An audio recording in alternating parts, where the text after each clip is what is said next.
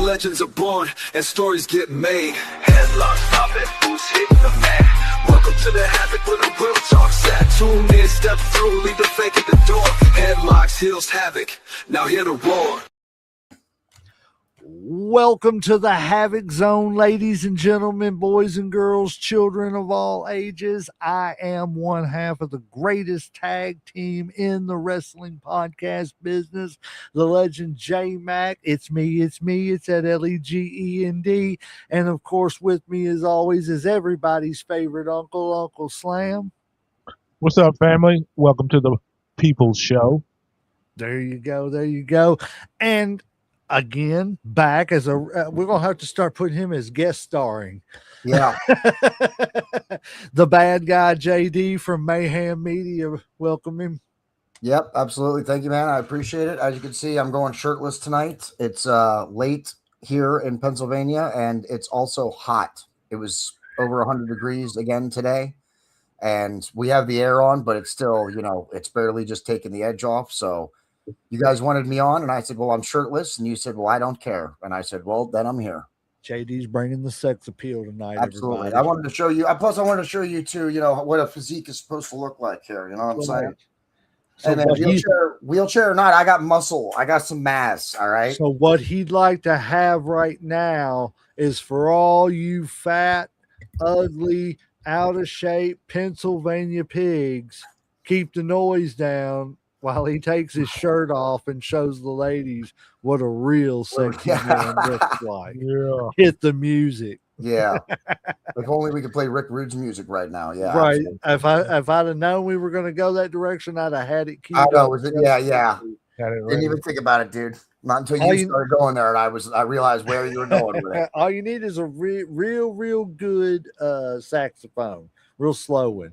Don't even have to be copyright infringement. But no, guys, how's everybody doing? Happy 4th of July. No, it's not 4th of July yet. It will be tomorrow when this releases. We are live right now. Everybody go follow, like, share, subscribe, do all the things, hit all the buttons, and, put all them subscription buttons in a headlock and, do the things we need you to do. Go over to Mayhem Media, hit all them subscribes and buttons and all them things too, the follows and likes and shares and, lions and tigers and bears, get it all in and, help us out. That way we can keep bringing you all the great content from us at Headlocks and them at Mayhem. How's everybody's week been? Everybody got any big plans for the 4th of July? I got people playing, commando out back right now. I scared the hell out of me. I thought my mom fell, so I had to run to her. I got headphones in, guys. I'm legally deaf, and then the headphones, all I felt was the shake of the house. I thought, oh shit, she's dead. And Thought you're under attack. She's not. She's not. Right, good. I have the same issue. Like, I heard a bunch of noise out back. I didn't know if it was raining or what, and then I figured out that it was a lot of fireworks going off back. So I'm dealing with the same situation out back. I'm basically like under attack. Yes.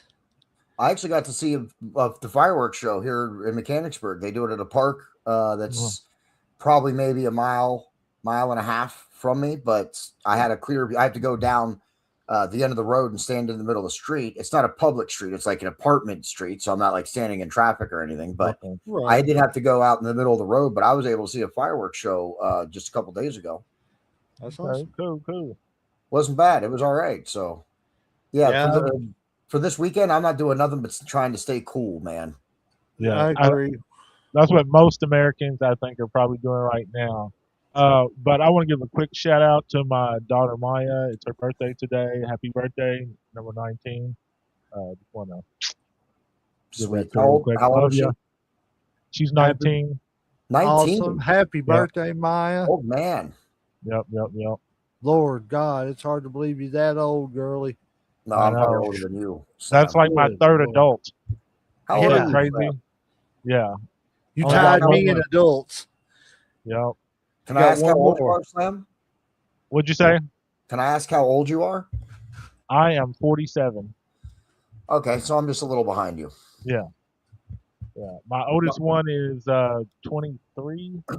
Hot damn. And then I got a 21, of course 19, and then my youngest is 16. Yep. All right. Good for you, man. But definitely happy 19th birthday, Maya. Yeah. Happy birthday. Hey, and since we're doing birthday shout outs, my nephew's turning 11 in a couple days, July 11th. Okay. Happy birthday. Shout out to him. Yep. Yes. Yeah, people who have tuned into the show have likely seen him at least once or twice sneaking into an episode or sneaking onto an episode. I've actually caught him. He has his own device and stuff, and watches YouTube or whatever. I've actually caught him a couple times watching my show. It's pretty cool. That's pretty cool. Yeah, that's awesome. That's awesome. Oh well, since we're doing birthday shout outs, I guess I'll do mine. My son, the Jet, what's his name? Jedi Theorist. You don't know your son's name? Well, no, I was trying to think of his handle on online, where he's starting to become wanting to become a podcaster and stuff too. But Jedi Theorist's son, my grandson, River, I'm gonna shout out a birthday to him tomorrow. He's my little Independence baby. No kidding, tomorrow. Yes, sir. I will have to make sure I wish him a happy birthday. He, of course, and you gave me a great segue with that. He, of course, is my current co-host at the moment for our show After the Dragon, which follows HBO's House of the Dragon. There you go. And it comes on Sunday afternoons. We go live, so make sure you check that out. He has been your kid, dude. I'm gonna give you some pop feel good moment here just for a second, dude. He has killed it. He did not have to contribute anything.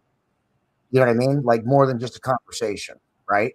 By saying, come on. All you had to do is be able to contribute a conversation, right? He has put in some mad work in terms of the research he's done into the Game of Thrones universe, man. So he's highly impressed me. He's brought stuff that I didn't think, I thought, like at best, because he wasn't a fan. He's just starting to get into it now. So, but he's really been catching up on episodes and offering a lot of stuff. So he's been great to have, for me to have. I was so glad he wanted to do After the Dragon with me, so I didn't have to do it a solo episode.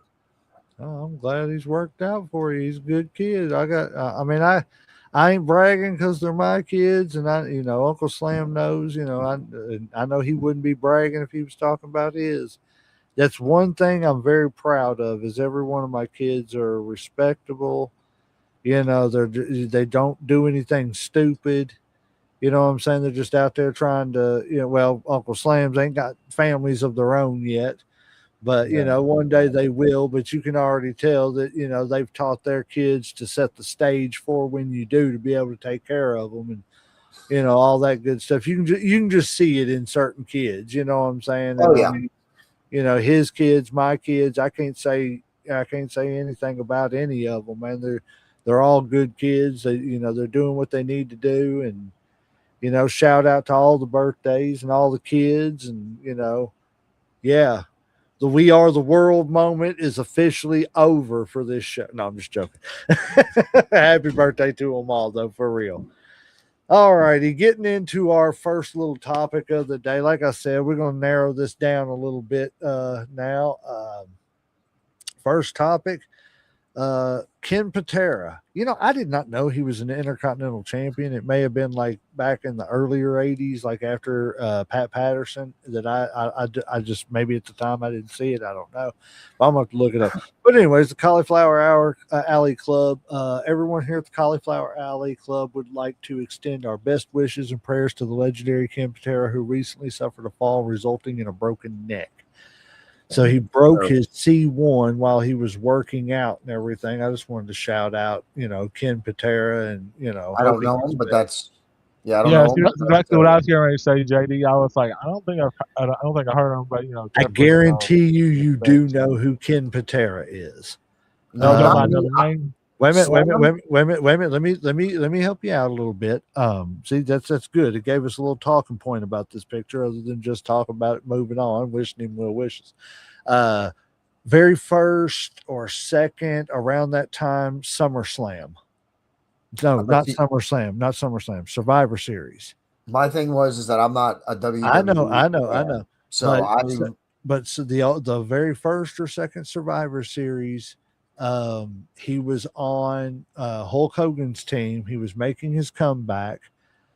He was the Olympic guy with the white dude afro, brown afro, and the blue onesie on. If you go back and look, I guarantee you it'll jog your memory, and you'll be like, "Oh, okay, him." You know what I'm saying? Look Okay. up Ken Patera Survivor Series, and I guarantee you'll see something, and it'll jog your memory of who he was. He didn't stick around long in his second run, uh, but yeah, that's Ken Patera. He looks a lot different now that he's older. Like if I did never, yeah, I would. If I didn't know this was Ken Patera, I wouldn't have been able to pick him out as Ken Patera because he didn't have a beard back then and stuff like that. He was the one who supposedly broke Bobby Heenan's neck when he put Bobby Heenan in he put him in a belt and was slinging him across the ring. I don't recall that either. Oh, see, I see the guy, but yeah, he don't really ring a whole bunch of bells. But still sad. Right. Happened. Don't want him hurt or nothing just because he don't ring bell. Don't. Yeah. I hope you're hurt. I don't know who you are. No. He's definitely not saying that. But no, yeah. Well wishes to Kim Patera and everything. I just wanted to bring it up and everything. I hate to hear it because I think it was like it said it was his C1 vertebrae that he broke. It just sucks because that's what happened to Dennis Condrey. You know, Dennis Condrey fell and broke his neck and couldn't move for like 8 hours while his wife was at work and ended up dying and everything. It just sucks. I'm glad he's okay though. Prayers, well wishes. All right, got a little story about Marty Jannetty here. Okay. Let's see. Just a few minutes ago, Marty Jannetty shared an update from his. I'll cut it off. It's my fault. I think it's rehabilitation. Cauliflower Alley for standing. He wanted to thank the Cauliflower Alley Club for standing beside him following his recent amputation. Marty wrote, "Without their help, I don't think I would have gotten through this very tough time in my life. It's a reminder what the Cauliflower Alley Club quietly done for decades. While fans often know the organization for its annual reunion and awards, the CAC also provides assistance to members of the wrestling community facing serious medical and financial hardships. For many, it's been a lifeline during some of the most difficult moments of their lives. Seeing Marty already working with a prosthetic is encouraging. Recovering won't be easy, but every step forward is one worth celebrating. We wish Marty continued strength through his rehabilitation and applaud the CAC for continuing to support the men and women who've helped build professional wrestling. His colleague shows Marty already working. This collage, Lord, shows Marty already working in therapy. It also features a picture of him holding his granddaughter, Stella, as well as him and Shawn Michaels' first ever publicity photo together. We are all thinking of you, Marty, praying for your recovery. I think that's great. That's pretty cool that, that one, I'm glad he's doing great. I hate that he had to get his leg amputated because of the fact that he gave to the business, the way he did and still kept trying to give to the business on a bad wheel. But I'm also glad to see the Cauliflower Alley. I keep saying hour. The Cauliflower Alley Club standing up and helping these guys, throughout their, financial, medical, whatever needs that they got. Guys, we'll start with JD. JD, what do you think about this? He's not the first wrestler to have lost his leg. Buff just lost his leg not too long ago too. So, that's sad. It's definitely sad. I don't nobody wants to see that happen, but at least he's alive. He still looks reasonably healthy. So that's something positive. Hopefully his recovery doesn't take too long. Tell you what, man, with what I've seen, I watch the Special Olympics and stuff when they come around every 2 years, right? So some of the stuff that they've done with prosthetics is just insane. Oh yeah, it's Mhm. definitely it's well. You got to stop and think. Look at Kerry Von Erich. Kerry Von Erich learned to wrestle on a prosthetic leg. Oh You wow, know what I yep. mean? So I mean, and I'm not saying that Marty's going to go out here and learn how to wrestle on a prosthetic leg. He Yeah, I doesn't don't know about. need to. Yeah, You know what I'm saying? That's not the point. The point is that if Kerry can go out there at a young age and learn how to wrestle on one, then I'm glad to see that Marty got one and is going to be healthy, because I know that ankle was causing all kinds of problems and could have ended up causing even more issues in the future as far as like infections and stuff like that. So it's like I'm glad to see that he had the opportunity to just get his health in line first. yeah, Uncle absolutely. Slam, what do you think? Obviously, like it's just sad that he had. It's sad that he had to get his foot, like amputated to start with. I'm Marty glad. Jannetty, Uncle Slam's favorite rocker. Yeah. Um, I'm glad that he's getting help, and he's getting better, and he's getting rehab. The only weird thing that kind of bothers me is that I'm glad that there is a group like the Cauliflower, but it's a shame that wrestling doesn't have something on its own. I'm not saying it has to be a union, but some type of retirement to where at least they would pay for or pay a portion of, Well, like medical bills because of what's happened or whatever. I um, don't know if it's possible. I mean, there's a lot of people that that's been in it, and obviously the way it's structured, it's probably not going to happen.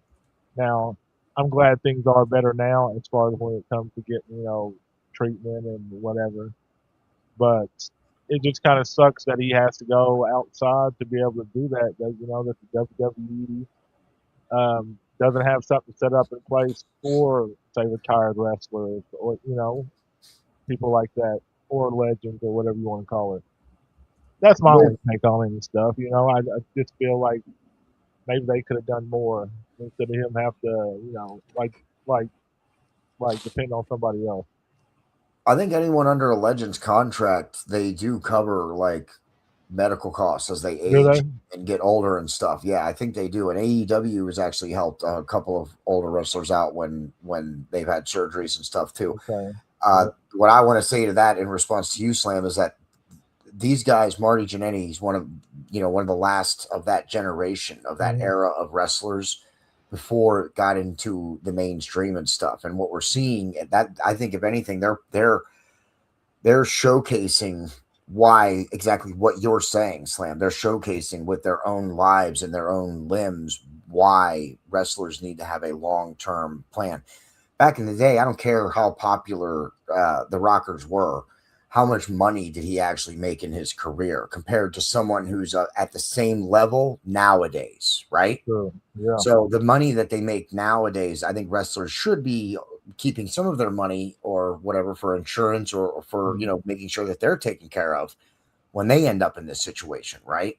But I think it shows the companies too, like there should be something in place because if you jump from WWE to AEW or whatever, like there's no guarantee, there's no, like you said, there's no overlying thing that's going to take care of a wrestler Yeah. if he's not under contract at that time.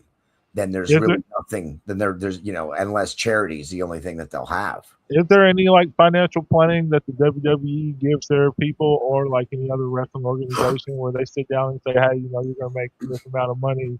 I You don't know. know, maybe I'm you not should do sure. this with it. Like this. I mean, this is the breakdown, like how much you're going to get every week. Blah blah blah." I think they Or should, because I know like the Yeah, NBA does that and the NFL does that with or yeah. do they just hand rookies them and a big stuff. check and be like, "Okay, this is your That's check. You figure it out." But I mean, at the end of the day, even if you send them through a class like that, they've got to be responsible enough Well, to do it. yeah. I mean, bottom line, like it all ends up Yeah.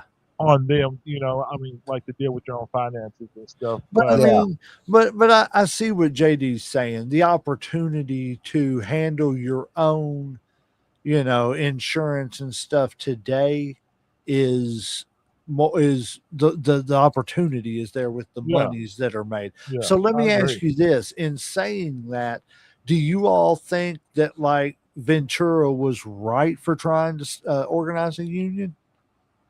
I know you're really pro union, Uncle Slam, Yeah, because but I'm I in a mean, union I anyway. honestly and So truthfully, there's certain businesses I'm or things like that that I don't think need unions.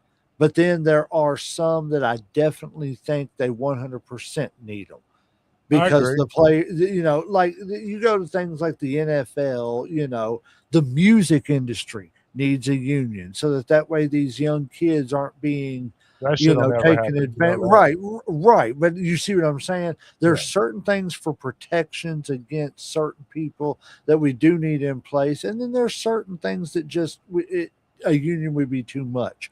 Do we think that a union in wrestling would be too much or just right? Uncle Slam, I'll let you go first. I mean, of course, I'm always going to be more pro union, but given that things aren't like they used to be and conditions are better as far as travel, money, health, and stuff like that, they don't work as much as they used to. I mean, some people still do grind a lot, but of course, the big stars don't. Um, I'm probably not the best person to ask on that. Like I said, because like I said, I am going to be biased, but this is something that I would say a wrestler would definitely be more qualified because I'm not in it. But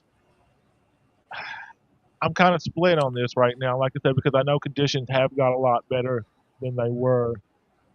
So I Or don't do think you it's think a union makes more sense back then than it does now? definitely more back then than now, whatever. Okay. Because like Vince ran shit with an iron fist. Now I think shit's more like corporate, where everything's done, a certain way, because they don't want any backlash. They don't want to get sued. They don't want no shit like that. So everything, they try to dot their I's and cover their T's and all that type shit. Um, but it might be a little more fair now. Like I said, I, I know conditions aren't, because back in the day, like if you didn't work, then you didn't eat. You know what I'm Right. saying? Like there wasn't a lot of people that had guaranteed contracts. So I mean, that made people do shit that maybe they wouldn't. That was probably not in their best interest as far as working or wrestling, because you know, like you need money. You got a family at home, and like you ain't got time to take a day off. Yeah. So I mean, a different time than it is now. So maybe you don't need one for wrestling like you did before, when you didn't have all those safeguards that you do now. Okay, I can see that. JD? Well, Uncle Slam, we can have a real back and forth moment here if we want here. I am not for unions. I'm not so much for unions.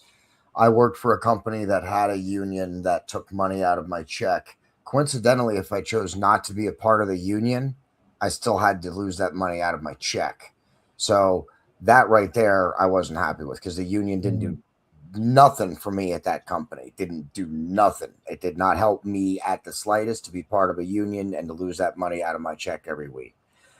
Uh, so that's my personal experience with a union. I'm also not for. I understand why people like unions. You band together so that you can raise working conditions or whatever. And I don't think you need to come together to make like a union in the traditional sense. I think back then they needed something. I think if the wrestlers got together and said, "Listen, these are some of the standards that we want," then maybe it might have helped a few more of them. On the other hand, back in the day, they could have said, "Well, we'll just get new guys and just replace you. Just you're done then." And just blackball them, right? Because wrestling Yeah. is a lot like the indies now. I think the indies have an issue where maybe some of those wrestlers need some kind of voice or some kind of representation against the promoters. That's where I would say in today's world, the indies is where it's questionable at the moment, right? Mm. The problem though is with making a union is usually they don't go away. And if you had a union today for WWE and AEW or whatever else was out there, wrestlers likely wouldn't be making the money they are now. A lot of it would still be getting taken out of their checks as union dues and a whole bunch of other stuff. I think giving them the freedom, because then they don't get to pick their insurance plan.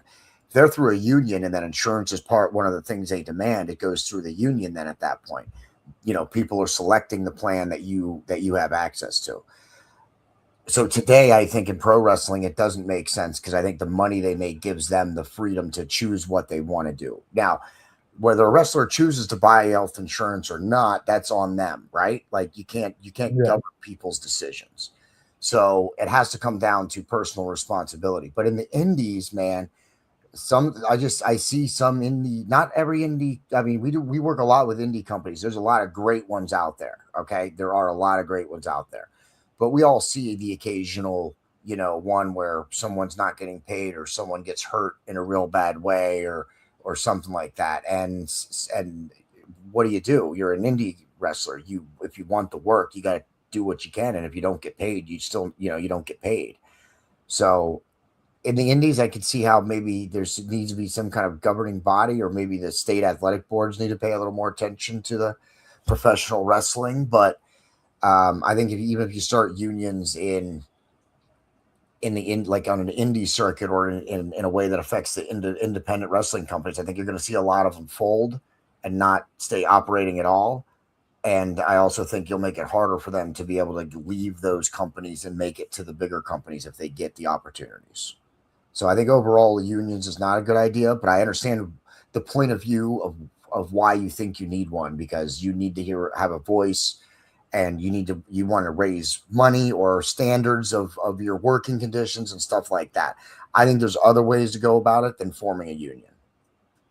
I said, we'll disagree on that. Obviously, I'm pro unions. I usually see. I feel like normally when people band together, you could get more money than you would if company dictate, because company controls a lot of that. But I agree with you that it's probably not necessary now because of the conditions. Indies, I could see why you would need it, because the indies are kind of like the Wild Wild West. Yeah, they are. People do a lot of shit that, they do whatever they want. We'll just go ahead and say it. Like when you run your own company, especially if, when a lot of shit's not regulated, you know what I'm saying? You do whatever. So I agree on probably that, but implementing that would probably be just too crazy because there are too many companies. There's just, in Kentucky alone, I guarantee you over 50 promotions or something like that. Probably more. Really? Probably easily. Wow. From bigger, like the biggest being OVW, and then I'm not talking about just regular ones. I'm talking about you got your little midgets, you got your little right. carny ones that travel and stuff like coming out of town type stuff. So, and just county fair type shit. You know how that shit goes. I think with everything, it's good or bad. Yeah. There's plus and minuses and to everything. Yeah, I see what you say. Like I said, man, because I don't always agree with everything. Because I think the union does protect a lot of shitty people. I think it saves some people that probably should be fired because I've dealt with some of that shit too. Where like I said, there's people I know that should have been gone a long time ago, and because of technicalities, they've been saved. But so. Like I said, there's plus and minuses and everything. Yeah. I think we could all agree on that. Like I said, there's and that just kind of harkens back to what I said. With the major promotions, there's probably not need for a union anymore. Yeah. But with the indies, whether it's a union or a union-like type thing, that's fair to everybody, whatever. You know what I'm saying? In the indies, maybe it makes a little more sense. I think the state athletic board should be a little more involved in wrestling. I think it's just too hard to do a union for the indies because, like I said, there's too many companies, people come and go, they shut down. Hell, you could change it. Like, if you don't like something, you could just change your name and start up another company and keep going. True. Yeah. Well, like I said, keep the debate going, guys. All in the comments, conversation. We love it. Keep it going. We'll answer your questions. Moving on, we've got Conan will be inducted into the TNA Hall of Fame. What do y'all think about this? Y'all think he deserves? I love Conan.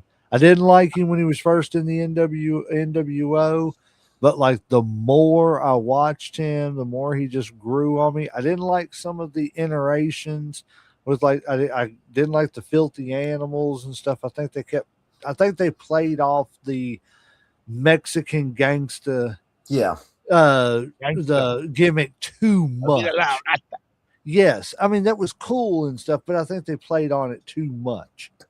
You know what I mean? I think like if he could have come to the WWE and like kind of calm that down, I think I'll be honest with you. I think Conan being with Eddie and Benoit and all them doing like a 5-man squad at that time with Conan leading it in the Attitude Era, I think that would have been a hell of a squad. I mean, my whole opinion on what they did with the Radicals was they bumbled that from the beginning. And the only thing that was great about the Radicals was their debut. Right, they did. But I mean, I'm just saying, as far as Conan goes, I think him as a fifth guy to that would have been awesome. And as the Radicals or whatever, I think the name the Radicals would have made more sense if Conan was a part of it, as opposed to the ones that were. What it just made no sense. The name to me, I love the group, just didn't like the name. Yeah, I think if Ray and some of the other luchadors had left in that exodus, I think Conan likely would have. I think the reason he didn't is because he could stay to help lobby for the luchadors that stayed. Well, but that was basically at the end of WCW. He could have come over at the end. He could have stopped that AOL deal and come over, which I mean, a lot of people didn't, Oh yeah. I mean, if you're a professional wrestler, I don't know. Please, if you're a professional wrestler and indie wrestler, but if I don't know any wrestler, I've never seen any wrestler who is not going to take getting paid for 18 months over and not having to work, putting your body through hell. Yeah. So, Uncle Slam. That's why Sting didn't do it. Go ahead, Slam. Yeah, what do you think about Conan being in TNA Hall of Fame? I don't know. I hate to say it, but I feel like they let anybody in. Now I like Conan, and I'm kind of like the opposite of you Legend, because back in the day when Conan was doing the whole gangster or whatever and shit, I was into that shit, so I liked that shit. You know what I'm saying? Like I was young, I thought I was the same way and shit. Played it out. I don't think they ever allowed it to evolve. Let me put it that way. I thought he was a great wrestler. I thought he could do a lot of shit.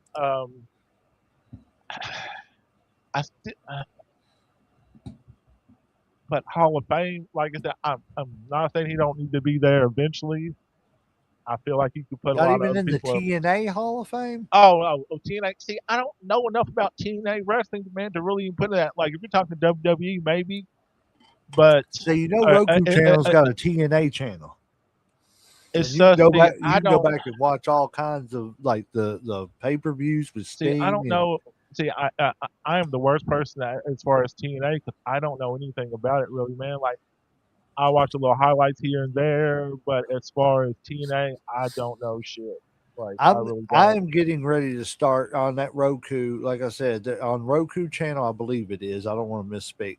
But on Roku channel, there is a TNA channel that you can go back and watch the pay-per-views. Like I said, the pay-per-views with like from the beginning, with Jarrett and R-Truth and all that stuff and everything. Yeah, you can go back and watch all that stuff and everything.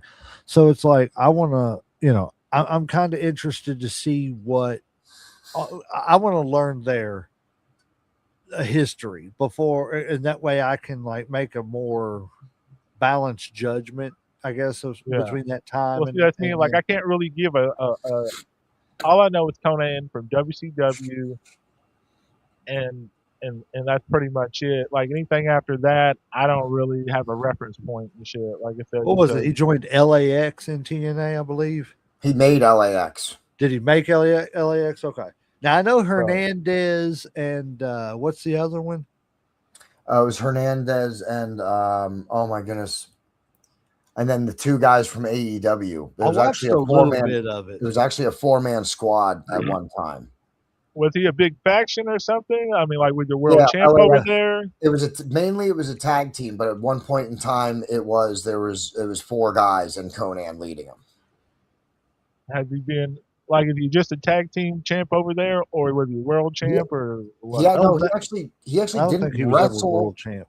He didn't wrestle that long in TNA, but Mm-hmm. he was around for a while because he became like that mentor, like Okay. especially with LAX. Like eventually he stopped wrestling and became kind of their main, like their manager, their leader, but without being in the ring. Okay. So I mean, he would get in and still do stuff, but he wouldn't have like official booked matches and stuff like that. And so, I mean, I think he does. He was in there for a while. He was a big part of their beginning. That's why I would say, yes, he does need to be inducted. I would be fine with him being inducted into the TNA Hall of Fame. Yeah. See, like, y'all know a lot more on this than I do when it comes to TNA. So y'all got As far as TNA, yes. I would say yes, as far as TNA goes. Now, if we're going WWE, no. He was what, Aldo Montoya or something like that? But WCW includes WWE now. So I would say he would get a place because of his run with WCW. But see, that's what people use as the argument for the Midnight Express. But I would argue that the Midnight Express did not compete long enough in what was considered WCW to be considered a great WCW tag team. The Midnight Express, yes, are in the argument of top 5 greatest tag teams across all promotions ever. But at the end of the day, the Midnight Express made their 10-year dominance through the NWA territories. They were an NWA great team that can be considered for one of the greatest tag teams of all time, is the way I look at it. You know what I'm saying? So with the same thing, I consider the same thing with, I don't know. I would also like to point out WWE. What did you say, Slam? Go ahead, Slam. I was just asking, like, are we asking is like a duration more, or does impact matter more when we're talking about this? It's kind of the way you want to look at it. Because there's some people that were there for a short time and made a big impact, and other people that were there for a longer time but didn't have as great of impact. To be an all-time great, I think it has to mix. I think you have to have the proper balance. You know what I'm saying? The Ultimate Warrior was great for when he was great, and then it's kind of played out as an adult. When WCW came around, and I mean, even JD, a big WCW fan, can attest to this. When the WCW Ultimate Warrior came around, that was terrible. And we should have never had to deal with the 17-minute promos.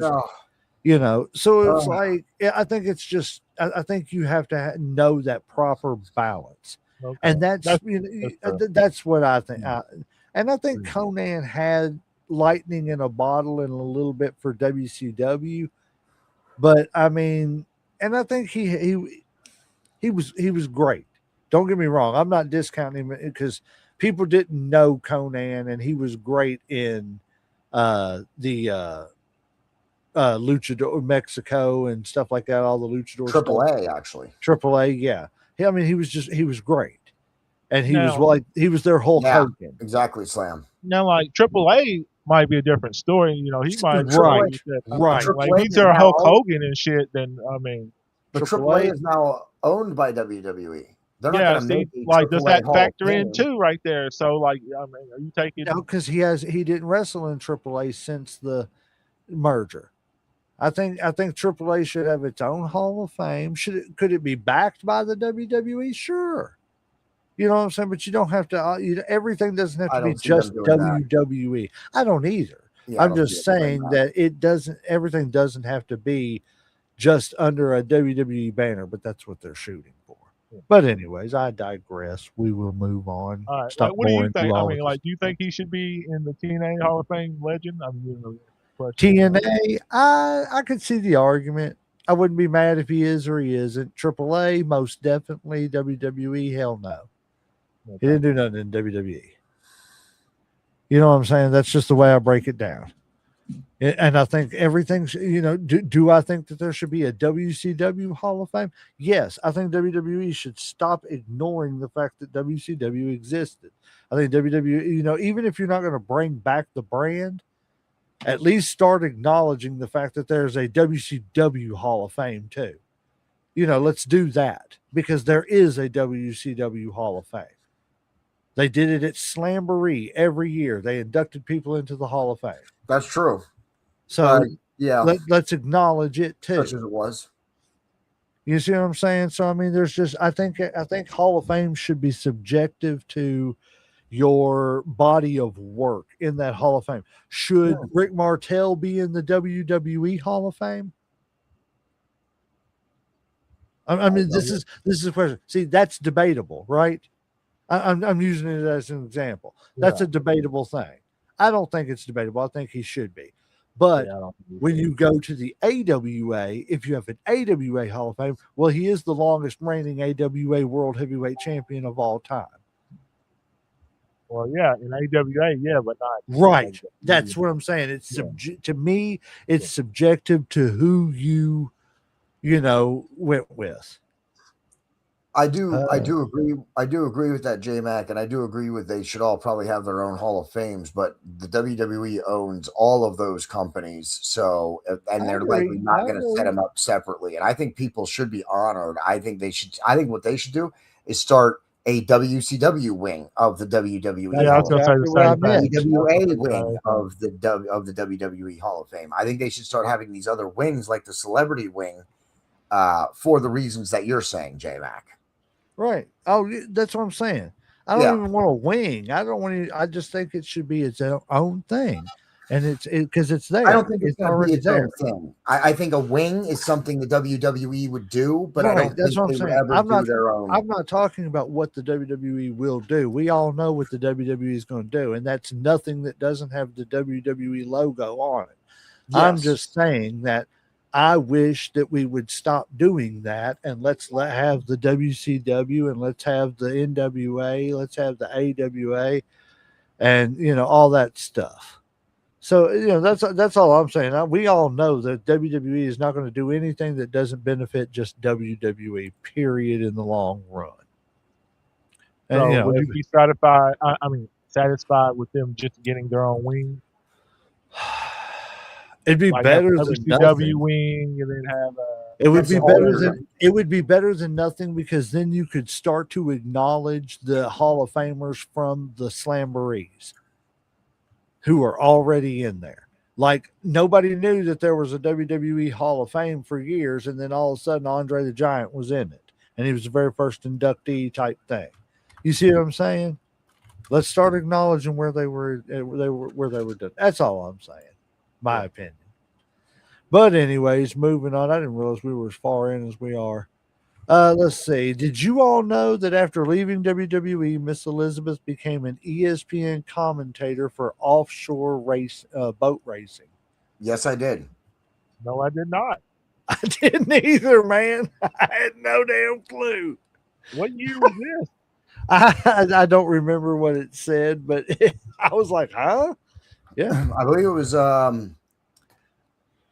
think it was something like sometime between 02 and 04 is when she started, and I think she did it for 4 to 6 years or so, I believe. Nope, I had no clue. Someone can fact check me on that because I'm definitely not 100% sure. I just knew that she was covering offshore power boat racing. I wasn't a power boat racing fan in the early days of whenever she left WWE. What was that?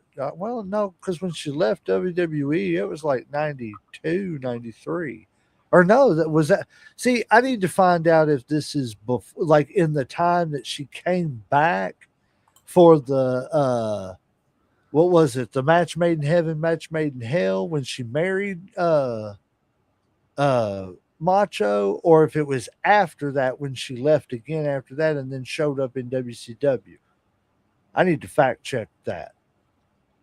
I think it was between WWE and WCW, not between her WWE tenures. You may be right. I don't know though. I'm gonna fact check it, guys. By the way, I have the I will years get back to you next week.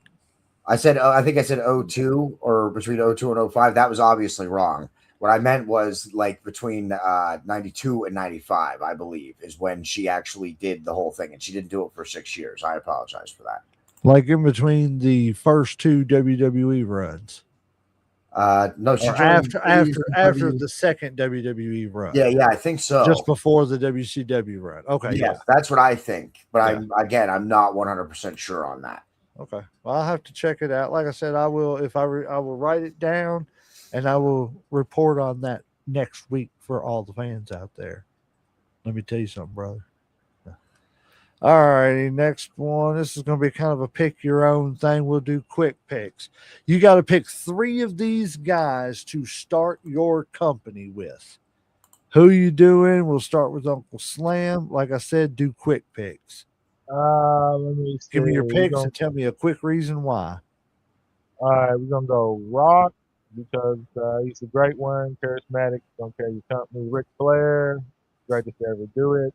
Gotta have him. Um, Yeah, I know. Last is probably gonna be Andre because he's the. Oh no, well let me see. I didn't see Stone Cold. All right, man. Let me have Stone Cold. Take Stone Cold because it's Stone Cold. Okay, So so you got got Stone Cold, Oh, Ric Ric Flair, Flair and and The The Rock. Rock. Yeah. Okay, that's two people Ric Flair can bounce off of, and two guys that can chase Ric Flair. I see that. I see that. I'm gonna throw one at you after JD gets done with him. See, I want to see how it rivals yours. JD, let's give us yours real quick. Quick pick. I think I'm going to stick with Uncle Slam's first two picks and go with The Rock and the Nature Boy Ric Flair for obvious reasons. The Rock and the Nature Boy Ric Flair. But my third pick, I don't know if I'm going to go with Austin. I think with Ric Flair and The Rock, you have that kind of personality thing. I think what I would want to round out the third is a wrestler. So I would pick the Hitman as my third. Okay, Okay, good pick. I like it. I see it. Yeah, I mean those three guys because you got again, you got a technical guy to run off of Ric Flair to have like Iron Man matches with. And then you've got The Rock to do the quick electrifying matches like a Lex Luger type match and everything. Which, I mean, I'm not comparing The Rock and Lex Luger. Rock is obviously much better than Lex Luger. And I mean, no disrespect to Lex Luger, but The Rock is obviously, even though The Rock is not a technician himself, he's a step above Lex Luger, to say the least. Yeah, I would agree with that, J Mac. So if I'm going to go with this, and I'm thinking of a business model here, and just a business model. Okay. Yes, I'm going to be biased here, and I'm going to be biased for a reason. So my first two picks, because I can put these two guys on any card in any city in any nation, and I'm going to draw money because it's the greatest rivalry of all time. I'm taking Shawn Michaels and Bret Hart. I figured you were taking Shawn Michaels. Now, my third guy that I'm taking, because he is cash money no matter where he goes, in what city and everything. And I know I've got two matches on the card that are going to draw me money. And that the third guy is going to be Hulk Hogan, because I can put any big man with Hulk Hogan and draw. As long as Hulk Hogan sees money with him, he could draw with him. That's two matches on my card that I know that I can just develop everything else. But I know those two matches are going to put butts in seats. And that's no disrespect to anybody else. But I just think as far as Hulk, like I said, he can do the Hulk thing with any big man, you bring along after that. And then you've got Shawn and Bret to put on the two guys who carried the company with the Intercontinental title as opposed to the world title. So it's like, I just think, and it's no disrespect to Rick, because I think Rick would be a great option too. Because I could easily replace Hulk with Rick. And could you imagine that triangle right there? Shawn, Rick, and Bret. True. Putting matches on around the country, that would have blasted some stuff. But I just Hulk Hogan for his selling power. Hulk Hogan is the Pontiac Silverdome. You know what I'm saying? And I'm not a Hulk fan. I'm not a Hulk fan. I'm not a Terry Bollea fan. I'm a Hulk Hogan fan. I'm not either. Actually, I'm probably more of a Terry Bollea fan than I am a Hulk Hogan fan. I just think Hulk was to me he was what got me involved in wrestling. See, As I far can't. as That's like the thing. I can't say that. I did not start watching wrestling even when my parents would try and be like, "Oh, you like Hulk Hogan because he was the big hero," and say your prayers and take your vitamins. And you know what I said? No, I don't like Hulk Hogan. I like Sting. I like the blonde-haired, spiked face well, yeah, but painted guy Hogan who was yelled around. "Ow!" Hogan was around before Sting for at least Yes. a good 3 years before Sting. So Hogan's Oh yeah, what got me definitely. started. But No. when I first seen Sting, I mean, I was like, okay, Sting is something that I can latch on to for this other company. You feel what I'm saying, Uncle Slam? Yeah. I mean, to me, he was the equivalent, like when I was a kid. You know what I'm saying? Hogan was that main dude, and then Sting was the other for WCW. Right. Um, so, I mean, I definitely feel what you're saying. Of course, I'm always been a big Sting fan. My childhood, I liked Hogan. No, I like Hulk Hogan. But then, of course, later on, all the shit with Terry Delay or whatever kind of started me on Yeah. and shit. Um, you know, my inner child likes the younger Hogan, but the older shit I like. Fuck with him, to be honest. My rational adult says he wasn't the angel that everybody thought he was. Well, I grew up and Right. I've just never been a fan of Hulk Hogan. All righty. Well, on to the next real quick. You can't deny his drawing power. I just want to say that. That- He oh, obviously yeah, that's true. yeah, denied you that, can. all right? And So that's the reason I would take him. yeah. All right, you're in a fight. You got to call one of these guys to save you. Who you calling, JD? Is this a Give me real one. fight or a wrestling A fight? real fight. You're in a fight, and you got to call one of these guys to stop to save you from the fight. Who you Can I call him Ming instead of Haku? Because I You know can him call as him Ming. whatever. You can call him whatever you want to. I would call Ming or Haku. That's he was Ming in WCW. Yeah, and he was that's Haku I would in call him because WWE. I've heard so many wrestlers say that he is the most dangerous man that they've ever met. Not the craziest. If you want the craziest, you probably look on the right side of that chart. But one of the most dangerous people is always described as Haku or Ming. So I'm gonna call him. Uncle Slam. Well, on this, I think there's only two real choices, which is all on the left side, either Brock or me slash Haku. Um, I like everybody else, like you follow wrestling, man. You heard the legend of Haku. Um, so it comes down to those two.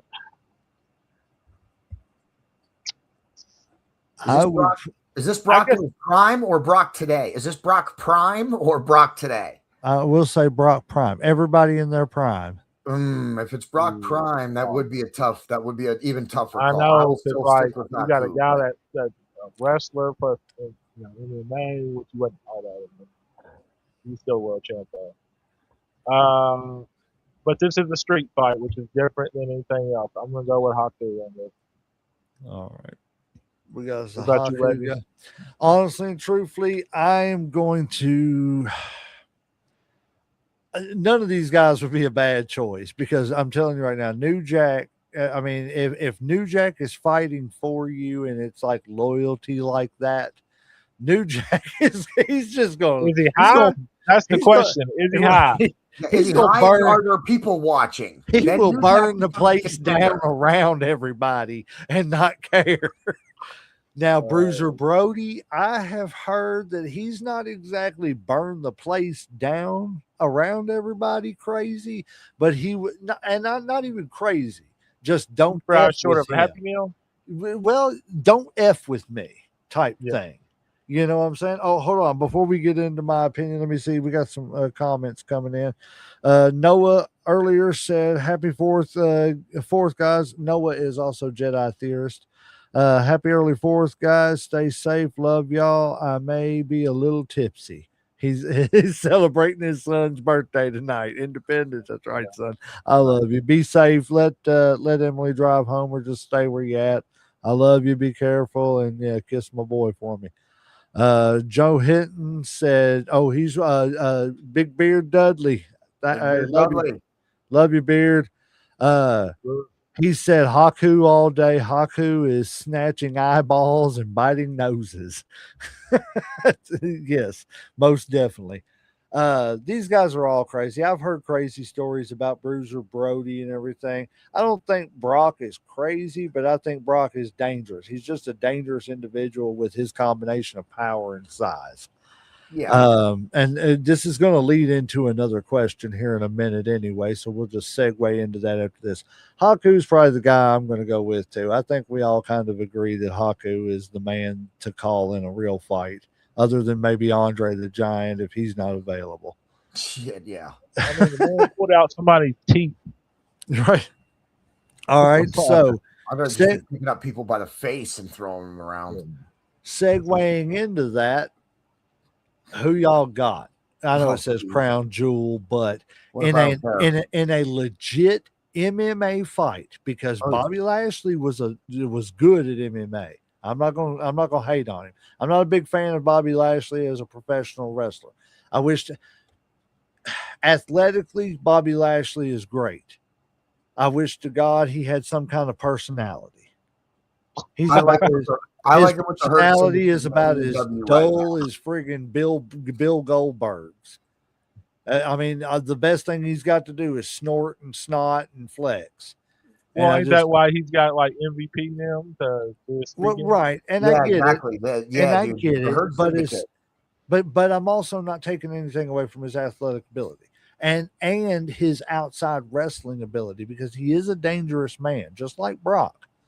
So at their ages with this, I don't know if y'all can see this breakdown. If you can't, I will enlarge it for you. 46 Bobby Lashley, 45 age. Height for Bobby Lashley 6'3", height for Brock 6'4". Weight for Bobby Lashley is 273, for Brock is 286. MMA record, Lashley is 15-2. Lesnar is 5-3. 6 KOs for Lashley, 3 for Brock, 6 submissions Lashley, 1 for Brock. 2 times Mania Heavyweight Championship, UFC Heavyweight Champion with Brock. 2000 NCAA Heavyweight Champion. In-ring experience is pretty much the same, 24-22. Wrestling titles, 2 times WWE Champion versus Brock's 7-time WWE Champion. Lashley's 3-time U.S. champion versus Brock's 3-time Universal champion. Which, what's the difference, man? Universal was the world championship, so it's 10 times he's won world champion. Stupid. Yes, so it is. 2-time WWE Intercontinental Champion for Lashley. 2002 King of the Ring for Brock. Let's see what else we got here. 2 times ECW Heavyweight Champion, 2003 and 2022 Royal Rumble winner Brock. Uncle Slam, who you got? Let's see, because I've actually watched Brock fight before. I haven't seen much. I've seen maybe one fight of Bobby Lashley in like MMA, and from what I know, because I ain't no expert, but I am a fan. I believe if they went at it in MMA, I believe Lashley would probably beat Brock, in my opinion. I think you better striker. Brock is not the best striker. He's more one of them guys. He can get you to the ground and kind of hold you down.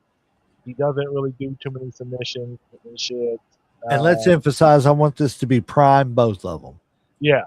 Because I know Brock had the diverticulitis, and that messed with him, and, it sucks. But like I said, like in Brock's prime, like, like he had, his hands are like fucking hams and shit, but he was one of those guys, because he's a wrestler, he can get you down, hold you down and shit, and then kind of pound you.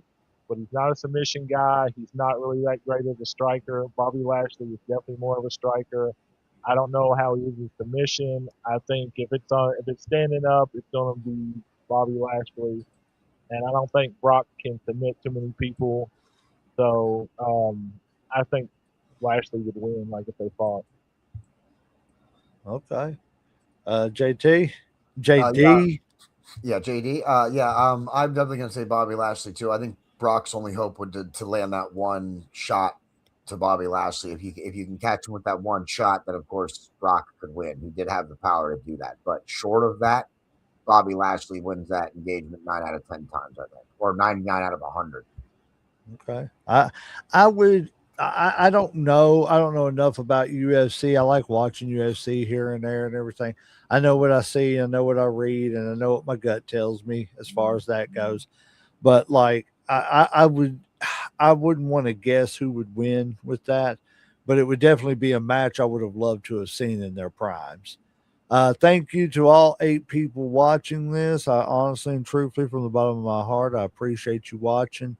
Um, we are going to move on to the next one here. Okay, so this is going to be another quick take. So I want you to tell me, don't think too much and just give it to me the way you can. You got 3, 6, 9 teams. These are your tag teams that you've got to run a company with. Now you got to start from your best tag team to your worst tag team and rank them, but you got to do it in a quick take. So try to give it to me in about a minute and a half if you can. JD, you start. These are your teams. You want me to rank them? Right now, basically, yes, from top to bottom. If you were running a company, these are your teams. Okay, who's in the middle row on the right? Middle row on the right, that is the Rougeau brothers. The Rougeau brothers. So see the dude on the left, that's the Mountie. Oh, okay. All right. Well, let me start at the top and start with some of the teams I know. We'll put everybody else on the bottom. Probably the British, probably the British Bulldogs. Youngsters. I would probably put number 1. The Bulldogs number 1. Okay. I would probably put the Arn and Tully number 2. Okay. Who's in the bottom right? It's the Barbarian and who? That Barbarian and the Warlord. The Powers the Barbarian and the Warlord. They were the closest thing to the Legion of Doom, and probably the only thing that really could have rivaled the Legion of Doom, because I don't think Demolition was even a knockoff of the Legion of Doom. I think they were something totally different, but that's just my opinion. Yeah, I definitely don't know a lot of these tag teams. So I'm going to put the Wild Samoans. Is that who's in the middle, right? Yeah, I don't know if it's Wild Samoans or no, that's Head Shrinkers. Oh, the Head Shrinkers. Well, I mean, the descendants of the Wild Samoans, aren't they? Yeah, technically, but that's Rikishi and Tama, I think it is. No, not Tama Tonga. So I'm gonna put them. I'm gonna put them number 3, and then put I can't remember. You just told me their name, and I can't remember the Rougeau brothers. No, Barbarian and Warlord. Powers of Pain. Powers of Pain. Yeah, I'd probably put them at number 4. Put the Rougeau brothers at number 5, and I don't know who the other 4 tag teams are. So it's Power and Glory, the Killer Bees, the Wild Stallions, and Strike Force. Okay. Yep. Definitely You seriously don't know who those teams are? None of those. Listen, those tag team names did not help me know who those are. All right. Well, moving on to Uncle Slam then. The other 5 teams. When you said Rougeau and you said the Head Shrinkers, I knew. All right, yeah, I know who they are. Dude, the fabulous Rougeau brothers are some of the greatest French Canadian tag team. I know who they are. I know the 5 teams that I picked. I don't know. Nope, nothing about the other 4. Uncle Slam, give it to us then. All right, let's see. I'm gonna go with Arn and Tully, number 1. Okay. I'm going to go with the Head Shrinkers 2. Okay. I'm going to go with the Bulldog 3. Who's at the bottom middle? That's the Young Stallions, Paul Roma and Jim Powers. Let's see. I'm gonna go with the Powers of Pain.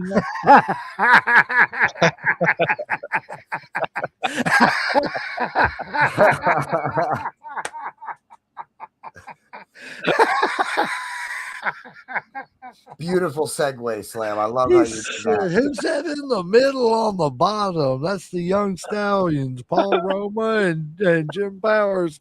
Let's see. I'm going to go with the Powers of Pain. That was comedy gold right there. Thank you to the new watcher. Let's see. Oh, sorry. Hold on. Let me interrupt you real quick. Uncle Slam, we got 7 new comments. Joe says, hold on, let me get, damn it, I messed it up. I'm terrible at this. All right, Big Beard says Brock takes him. His collegiate wrestling background would dominate. Talking about the what you jigger called guy, the Bobby Brock Lashley. and Bobby yeah, Lashley. that's it. I think Bobby's Let's got collegiate wrestling too, a little bit, doesn't he? I don't think he's as I don't decorated know though. what his amateur background is. Sorry, I don't want to get off the what we're talking about here, guys. But if anybody knows what Bobby's collegiate background is, please let us know. We also got somebody else commenting. It's AI bots on Twitch, but that's okay. They can keep commenting too. We like all comments, AI bots, all kinds, as long as it's commenting, interacting with our stuff. We like that. But anyways, getting back to thank you to my daughter-in-law Emily for watching. Love you too. Joe said, "Ha ha." He said all you had to say was Paul Roma.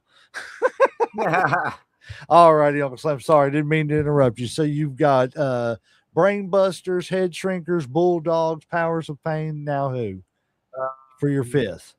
All right, let's see. Fifth would have to be um, I think we know who's going to be last. the Canadians. The Rougeaus. The Yeah. Rougeaus. Okay.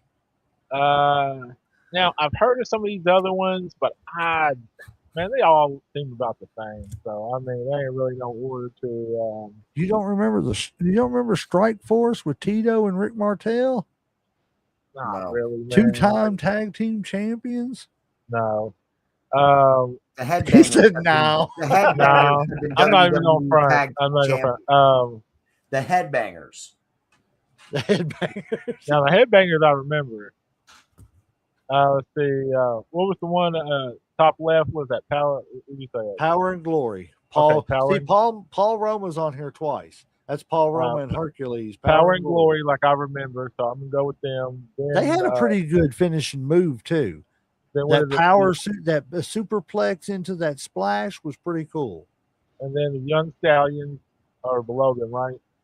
At the very bottom in the middle is the Young Stallions. Yes. Yeah. Now, whoever's dressed like the Killer Bees here with That's the Killer Bees. yeah, they're last. They're last. Really? Right. You would put the Killer Bees last? Yes, I would. Oh man, see, okay. When I do mine real quick, I will tell you why I wouldn't. Okay. But we'll get well, into that real quick. all right. Whenever you get done, yeah. I think I think that's put it right everybody- there. Yeah. Okay. So if I'm gonna do two teams to carry my division, then I'm gonna go four teams to carry my division. I am going to do Arn and Tully, the Brainbusters, aka or the Four Horsemen / the Brainbusters. I'm going to do the Bulldogs, of course, because they can wrestle with any tag team out there. I'm going to do Strike Force, and we're just saying this is whenever they're the best, not whenever they're breaking up or anything like that. Strike Force, and then I'm probably going to go with the Rougeau brothers, and that's going to be my four top tag teams to trade off that world title status.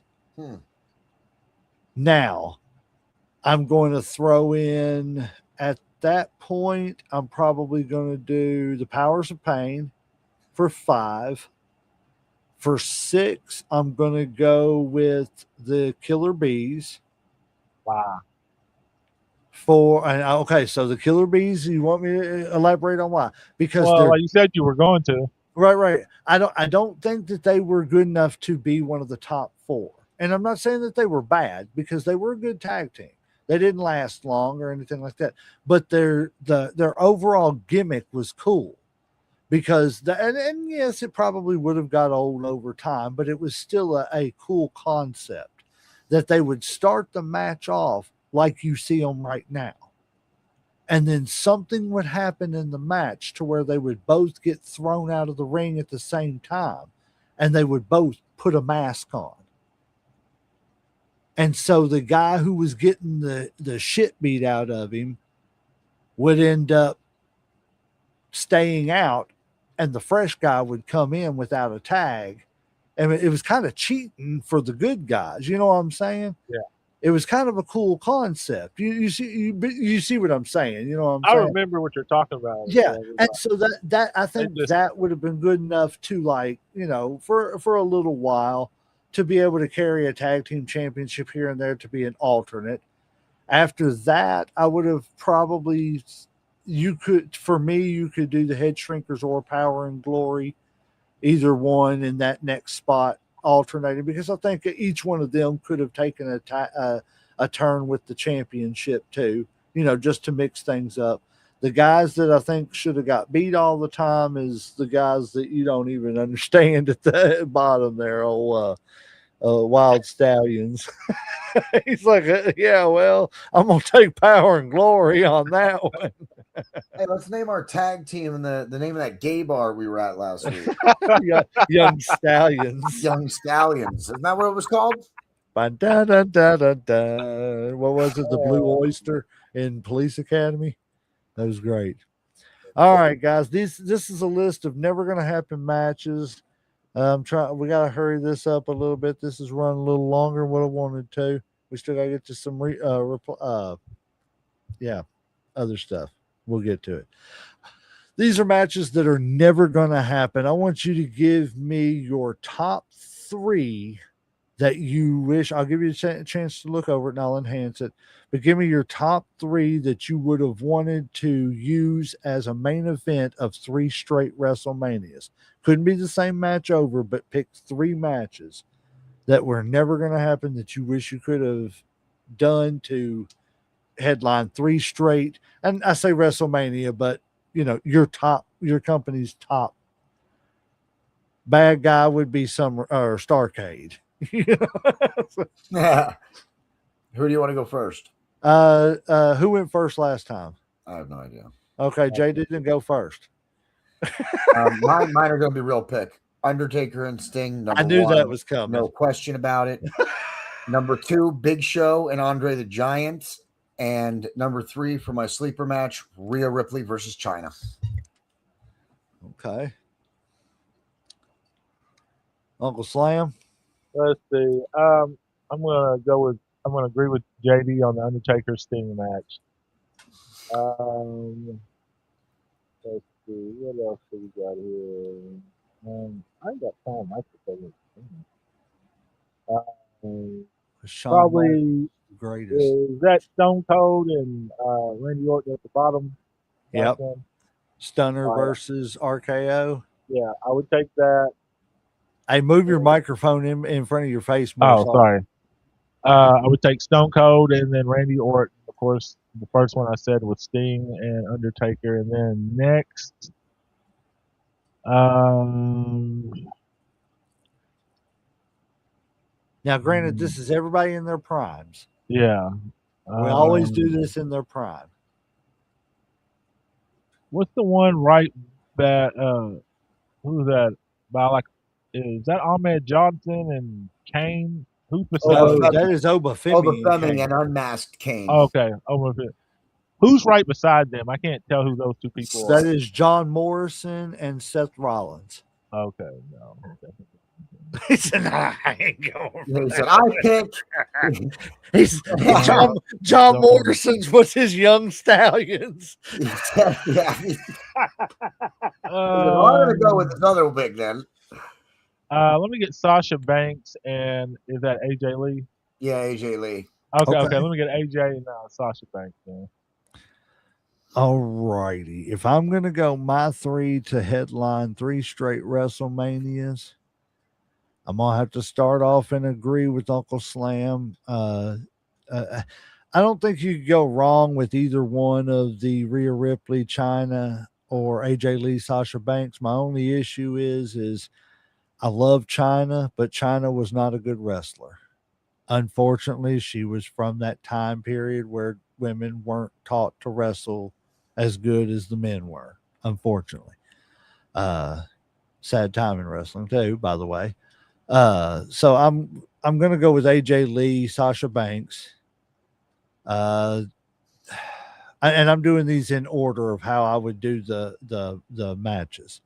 So year 1 is going to be AJ Lee, Banks. Year 2 is going to be Shawn Michaels and Eddie Guerrero. Because could you imagine like 94, 95, 96 Shawn Michaels and prime Eddie Guerrero going at it? Okay. The Okay. matches. And then to top it all off, the culmination, year 3 is going to be, I think it's the obvious choice. You got to go with Sting Undertaker. That's the one everybody wants. I think that would have been the best match. Plus, not only that, like I said, I love Sting. Don't get me wrong. But just like, and Undertaker was kind of the same too. But you pretty much were going to get the same match all the time from these two wrestlers, just like Rick, just like Hogan. You know what I'm saying? They had their formula that worked. It's not a knock on them. That's what you do. You learn what match works for you and you do it.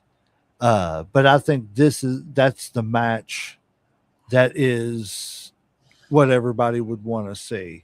Sean and Eddie, I think, would be more of a on the fly type match. And then Sasha and AJ Lee is just, I think, a matchup that everybody would love to see at the end of the day. Well, I say Sasha, but Monet, whatever you want to call her now. All right, next one, Uncle Slam. We're going to get to you real quick. You got the greatest Royal Rumble of all time, 91 versus 90. I'm going to give you the rundown on it. All right. The Bushwhackers, Luke and Butch, and this is 1990. The Bushwhackers, Luke and Butch, defeat the fabulous Rougeau brothers, Jacques and Raymond. Speaking of the two, a grudge match, the Genius, Lanny Poffo, the Macho Man's brother, versus Brutus the Barber Beefcake, ended in a no contest. Submission match, Rugged Ronnie Garvin defeated Greg the Hammer Valentine. That's a terrible rendition of Rugged Ronnie Garvin because that don't look nothing like him. He had a flat top. And as a matter of fact, if people don't remember, that is the year that Rugged Ronnie Garvin used the move that he invented, which was eventually used by Sting and Bret Hart, because it was called the reverse figure 4. He invented that move about 10 years earlier. Hacksaw Jim Duggan defeated the Big Boss Man by by KO, I believe it says. Sorry, it's a little blurry. And the Immortal Hulk Hogan eliminated Mr. Perfect to win the Royal Rumble. 1991, the first match of the night, which I consider one of the greatest Royal Rumble matches of all time. It's a tag team match, and a lot of people agree. No joke. Go back and watch it. It really is a good match.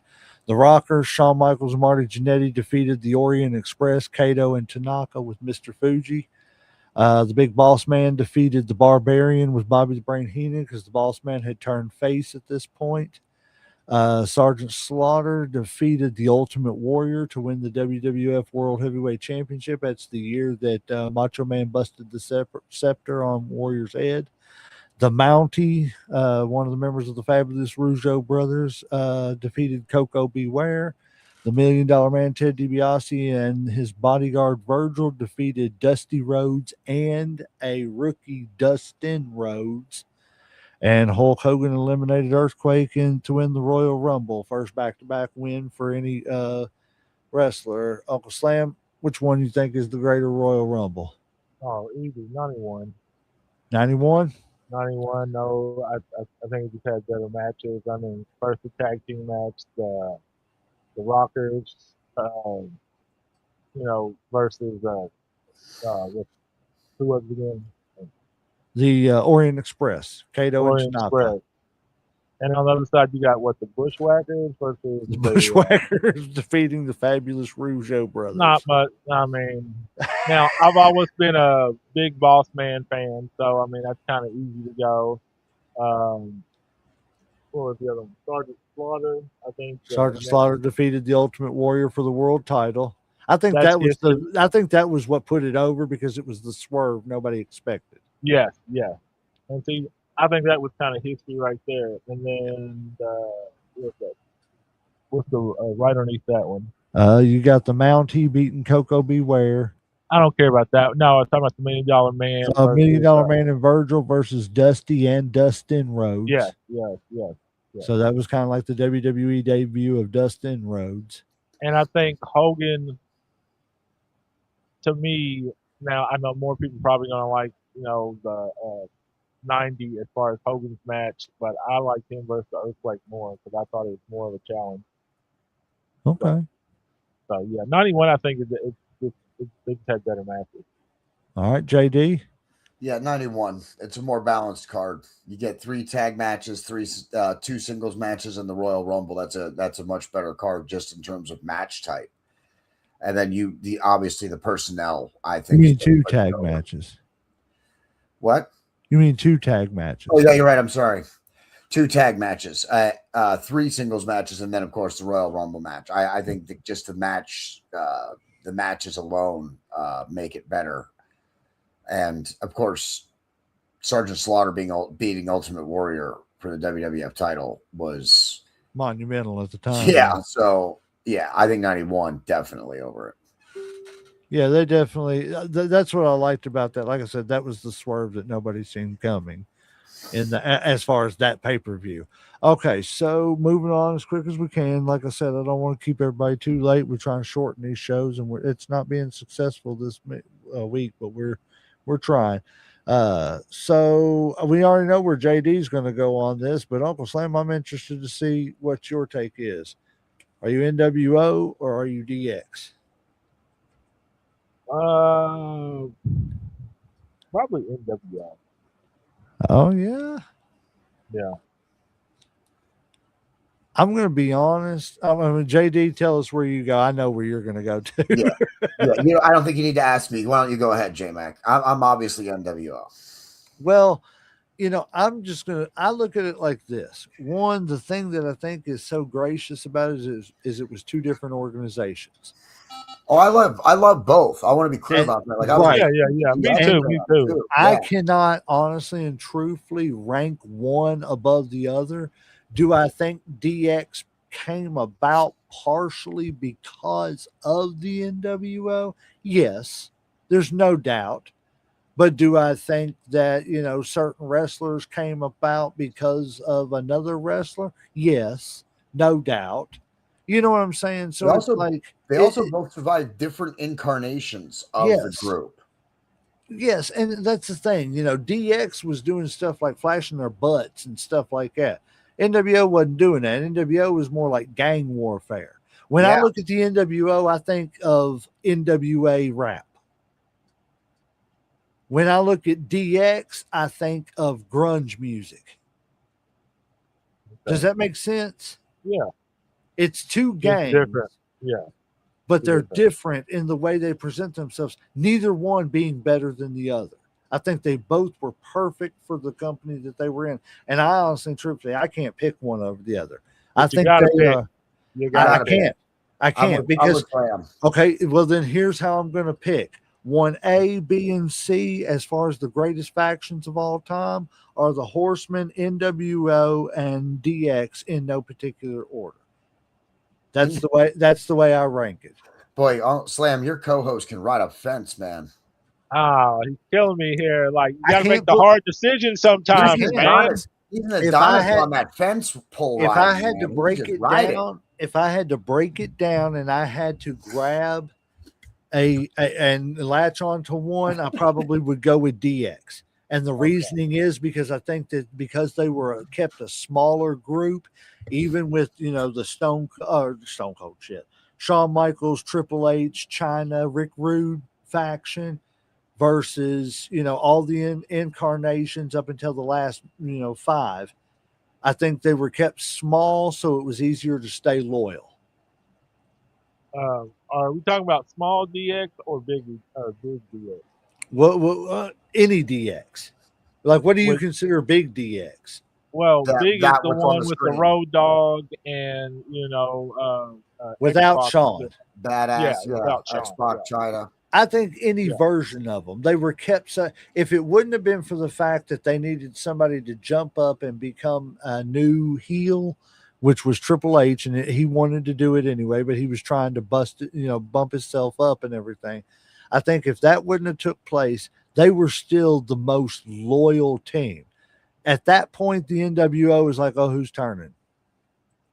You know what I'm saying? Who's in, who's out, who's this, who's that. I think there was just so many question marks with the NWO by that point. That's just my opinion. So if I had to nail it down, I'd go with DX just because of their cohesiveness. Until the end, of course, it always breaks up and everything. But the Horsemen never broke up like that. They just kind of disbanded over time. All righty. So talking about Sami Zayn and his championship. The championship change was a surprise. I don't think he's the guy in their plans. It's very similar to Darby Allin in a sense that at some point they were going to do it. The Darby Allin thing turned out to be a pretty big success the way it was done, and this could be too. I don't see a long reign, but I hope it's longer than SummerSlam. Long enough to where it's not like one of those things where, well, we finally gave it to him, but we didn't mean it. And of course, this is Dave Meltzer saying it. You got to take things Dave Meltzer says with a grain of salt. But do you? I don't listen to everything Dave Meltzer says, but I kind of agree with this. It could be good, and I think it could be successful, just like Darby Allin. But I don't think it's the long-term plans, and I don't think it's going to last very long. JD. I think that Dave Meltzer and Jim Cornette maybe need to retire. That's kind of what I think from it. That's kind of my opinion on it. Is that they need to retire. I think it's time. Give him a gold watch. Slam, right? Don't you think? Definitely Dave Meltzer for sure. He said, I don't know. I haven't heard Jim say that much lately, so I don't know what he's talking about. I think if you want people to buy into the show of wrestling, you're putting we know it's predetermined, but if you want people to be able to buy into the show that you're putting on, and if you want people to think that these are legitimate wrestling matches that they're putting on, then having Sami Zayn. Now, do I think Sami Zayn is WWE's response to Darby Allin's title reign? Yep. 100%. I think if Darby Allin doesn't reign with the AEW title, I don't know that Sami Zayn does. I think this is a WWE response to something the AEW did. But I think it's bad for either company. I think it just goes to show that at any given night, if you are in there with the world champion, you do have a chance to win. I don't care how long it is. I don't care if it's a week. I don't care if they take it off Sami Zayn next week. Just like if they take it off Darby Allin. I think I would also like it to be a long reign. It's just the mystery of being able to win. Anybody can win exactly at any point in time. That's why I absolutely like both of those guys winning the belt, because if you want people to think that anybody can win at any given time, you occasionally have to throw some curveballs in there and have this person win. So I don't have a problem with either one. I think it's great for wrestling, and I think it's exactly what WWE needed because they were really starting to fall off the table. So Joe, sorry, I'm gonna get to some of these comments real quick. Joe said, "You don't know the Killer Bees?" No, I don't know the Killer Bees, Joe. I'm sorry. Nikita, she's joining us. Thank you for watching. She said hello. Thank you for always being here. Joe said China Style could still pull it off. Joe also said NWO's downfall was all the members. DX wins for keeping it small. Yeah. Joe also said Sean DX was a tag team. Trips DX was a stable. I can see that. Even though I don't know, I kind of consider it a stable too because they had Rude. 4 people. You know, it bordered on that stable tag team line. You know what I'm saying? Because yes, technically the only 2 real active people at the time were Shawn and Triple H. China wasn't really wrestling; she was just bodyguarding, and so was Rick Rude. So it was kind of like it bordered on that stable tag team. I see what you're saying, Joe. And Joe said Sammy was a political move. I guess he's referring to the fact that Sammy was it was in Sammy's home area. And Joe just hold on, sorry, let me get to this last one. Joe just said Rude wasn't active. Right, that's what I'm saying. It kind of borders on that, you know, Rude being active. They were kind of waiting it out to see if he was going to be able to get back in the ring or not because of his I can't remember if it was back or his neck. His But neck. he broke something, and Sting bad broke stuff. his neck. Yep, he sure did. Damn it, Sting ruined it for DX. Could you imagine Rick Rude with Shawn Michaels and Triple H and DX?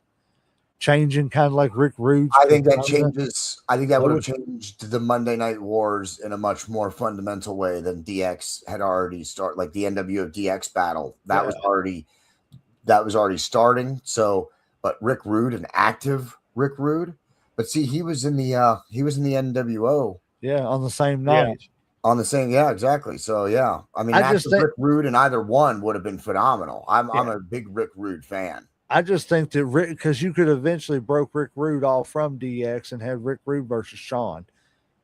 Rick Rude versus, Brett. Rick Rude versus this guy, that guy, blah, blah, blah. Anyway.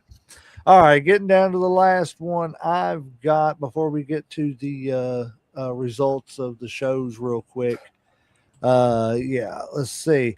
So, Uncle Slam, have you had a chance to look at anything that happened at what is it, Forbidden Door?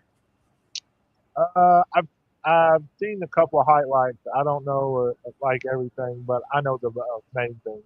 Have you seen the fact that they had a round ring? Yes. Around Cage.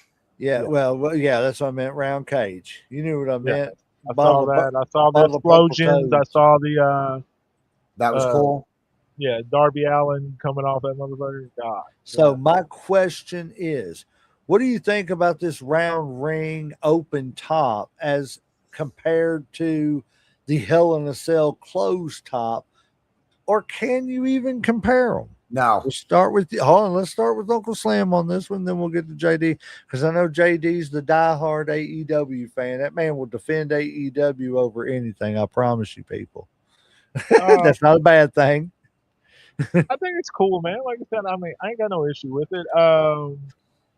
I think it's something different. I think ain't nothing wrong with trying something different. I mean, if it don't work, you always go back to what you did before. If it gives you more freedom, if it gives you more ideas, go with it and shit. I mean, I think that's what wrestling's about, is taking chances. Like, if we keep doing the same steel cage matches they used to do back in the day, we would never got Hell in a Cell. We never would have got a lot of the matches that we have now as far as cage matches. So, do it. I'm all for it. Before you answer, JD, I'm gonna give my little response to that, because I agree with what you're saying, Uncle Slam. It's like we had cage matches before. Well, it had to evolve from an everyday cage match, so it had bigger stakes. The bigger stakes were, okay, we went to a Hell in a Cell. Well, actually, if you want to get technical, it went from a cage match to a War Games match. Yeah. Two rings in a covered cell. Then it went to Hell in a Cell. Then they had to up it even more. So instead of having teams and 2 rings, it was Elimination Chamber. You know what I'm saying? So it's always up in the game. I'll be honest with you. I thought the design of the cage was kind of pretty cool, to be 100% honest with you. I didn't have a problem with it. Like you said, it's got to evolve somehow, some way that makes sense. So why not try something new? Like Uncle Slam said. JD, I know you love AEW, so I'll let you get the last word in on that one. Yeah, I like the design of the cage. Like Uncle Slam already said, and you guys said, it's something new. And if you don't try something new, you're never going to find what's next. So I don't think it's the finished version. I think it'll evolve over the next couple of years, or however many often they want to do the event. I don't know if it'll just be a Forbidden Door thing. I don't think so. But I like it. A round cage, you still have some floor space. I would reduce the number of participants. That would be my critique of the match. I think 6-on-6 is a lot. And I think you could do 4-on-4 or maybe at most 5-on-5. But I think 6-on-6 is a lot of freaking people. Yeah, I agree. Well, that's all the news stories I got. So I am going to hurry up and get out of the way. Well, the biggest thing I got to talk about real quick is Forbidden Door. And I know Uncle Slam hasn't watched it. But we are working on also getting Uncle Slam being able to watch things like AEW as well. So we will be able to all actually critique AEW events and everything. And As remember, always. Oh, so go ahead. I was just gonna say, remember Mayhem Media, where we shifted to AEW coverage off of WWE, so we'll be doing prediction shows, and we'll be doing like a kind of a talk show, like what you do in between the pay-per-views as well. Me and Wolfman, shout out Wolfman. Touche. So yeah, I'm just going to talk about the Forbidden Door real quick, and I'm just going to leave it at that. Let Uncle Slam do the results he has, because Forbidden Door may take just a second, and I really don't want to drag this on too much longer. I'd like to, because I know Uncle Slam's tired. It's going to be a big day tomorrow, 4th of July. Everybody's going to be doing stuff. Speaking of which, 4th of July, everybody be safe out there. Be safe, have fun. Don't get into fights over stupid stuff. Let's remember what makes this country actually great is the fact that we all can, we're all, there's only one race that matters. That's the human race. Let's all just love each other and help each other. And if you can, and if you can't, then at least, stay inside. Yeah. Don't, if you can't, what's the old saying? If you can't say anything nice at all, don't say anything. No. It's an old parable. It's about a guy, a hunter, who's getting chased by a bear, and he climbs a persimmon tree. And when he climbs the persimmon tree, he sits there and he says, "Hey Lord, you've done all this stuff for everybody else. So if you can't help me, for goodness sakes, don't help that bear." What I'm saying? So it's like, if you can't help me, don't help my enemies either. You know what I'm saying? And that's the thing, man. If you can't do good, at least don't do no harm. Just let everybody enjoy the day, and remember, man, it's 250 years. Remember what this country's supposed to stand for. Just love each other and have fun. But yes, getting to AEW, New Japan Wrestling, and so many other, what was it, CMLL and Stardom. Yep. Forbidden Door 2026, June 28th. We'll start backwards and go with the main event and work our way back. Sorry, I just looked up and seen Alexandra York. A lot of people know her as Marlena. She's walking down with, instead of Ricky Morton, it's Richard Morton, even though he was I never understood that, because even though he was like turning into a rich aristocrat in the York Foundation, he still wore his rock and roll uniform. Didn't make no sense to me, but whatever. Anyways, getting back to Forbidden Door. The main event was Will Ospreay defeating Swerve Strickland. Ospreay won the men's Owen Hart Cup Championship, earning a future AEW World Championship opportunity. The match was widely considered one of the best of the night, thanks to its pace and dramatic near falls. Uncle Slam, since you don't know much about what's going on with it, since you weren't able to watch, what do you think about that match? Do you know much about Will Ospreay or Swerve Strickland? Yeah. I've seen him. Of course, I know the name. I know that the whole Death Rider doesn't. I don't training him or whatever. He came out with the whole Bane mask and all that shit too. The whole neck injury. So I know a little. I just haven't got to watch a whole bunch lately and shit, man. I just keep up mostly with highlights and clips and stuff like that. So how you feel about this match? You think the right person won? What, between him and Swerve or whatever? Yeah. Keep in mind that he earned his title shot for All in London at Wembley. I'm okay with it and shit. Like I said, I like Will Ospreay. Yeah, like I said, I don't know how I feel about him and the whole Death Rider thing, but let me ask you a question, because JD vehemently disagrees with me on this, and I say Swerve Strickland is a wannabe Trick Williams. Oh my God! What do you say? I'm not saying Swerve's not good. I'm just saying he's trying to be his character. He's trying to make it too much Trick Williams. I don't see that. When did Trick debut? What now? I don't When, know. I think it's the other way around there, J-Mac. I think Trick No. Williams is trying to be Swerve Strickland in the WWE. That's what I think is happening. I don't agree with that. I'm pretty sure Swerve Strickland was Swerve The Strickland in AEW he before was Trick Swerve Williams. Strickland, but he wasn't this Swerve Strickland. He's been an evolving character since he joined AEW. He started with a tag Right, team and he with, evolved more into a Trick Williams type guy. And I'm not knocking him. I disagree. Yeah, I disagree with that. I don't see the connection or the correlation except that of their. I don't want to say this, except their skin color and a little bit of their body size. I don't see the correlation between the two wrestlers. So I think it's starting to separate now. I think now that WWE is pushing Trick Williams a little bit more, I think it's starting to separate. But what Trick Williams was in the NXT and how he was like there, he like skyrocketed in NXT. And I think when AEW seen that, they were like, well, let's kind of, and it's no offense because it's just the same way as like, I hate to say it, but WCW basically told Booker T to be their version of The Rock.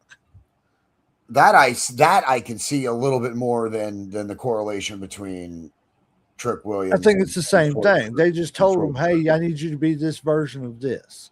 That's just my opinion. Yeah, I disagree. I think he was, if anything, I think it's the other way around. I don't see the correlation that you're mapping. I could map it the other way with Trick Williams following Swerve Strickland. That's what I could see that before what you're proposing, is my opinion.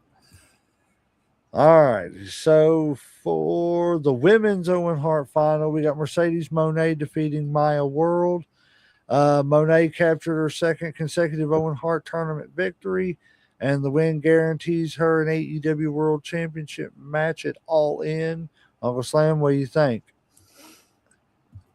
I missed you on that. You cut out now. Like, say it one more time. Mercedes Moné defeated Maya World, and she's got the AEW Women's World Championship match at All In for winning the Owen Hart tournament. Yeah, I like. You okay Sasha with it? Banks, Monet, whatever you want to call her and shit. I'm a fan, so I like it. I'm cool. All right, JD. Yeah, I think it was a good move for Mercedes Moné to give her the belt after having the 9 belts and then losing them all. She needed something to turn it back around if you wanted her to stay a star. Maya World did a great job in that match. All women wrestlers, stop wearing elaborate costumes to the ring. Wear something efficient, something that's not going to fall apart on you. Oh yeah, I heard you talk about this on your show about how she spent a lot of the time. She spent a lot of the time trying to hold her own costume or her own stuff on. The top of her costume broke, and basically she wrestled in her underwear bra, which the tights that you wear under your tights, and she had to wrestle most of it with. And I can assure you that the regular their bra tights does not hold everything around and keep it from jiggling the way their actual tights do. So she had a lot of issues with her costume, and it affected the match. She did a great job. And had that not happened, that could have been one of the matches of the night. That's how good they did together. But her costume thing was way too much in the way. All right. So the next match we got is the AEW Women's Championship. Thekla retained over the Starlight Kid. Another showcase for the growing relationship between AEW and Stardom. Uncle Slam, what do you think? I'm a big fan of Tekla to start with, so I'm always happy when she wins and shit. I like that. At first, I wasn't too cool about her pulling the mask off. I like that she shoved it in the what's his face, the president of Stardom's face and shit, and knocked him down. I was cool with that. All right, JD. Yeah, I'm not a big Thekla fan, but I didn't think that the Starlight Kid, they weren't going to give the championship to one of their wrestlers of Stardom. I didn't see that. I'm not a Thekla fan. I'm ready for her to lose the belt, but I didn't think Starlight Kid was going to win. All righty. AEW World Tag Team Championship. Cope and Christian retained against, who was it they were doing against? The dogs. Yes, the Dogs. The returning Jay White played a major role during the finish, creating new storylines heading into July. What do you think about Cope and Christian being as old as they are and taking up space in the tag team division, Uncle Slam? I think you just said it. Being old, taking up space in the tag team division. Okay. Uh, No offense to them. We love them. They were great in their time. I'm like I said, like if you can go, I mean that's fine, and I guess they can. Can I've just never been a huge fan of Edge and Christian, and I've said it before.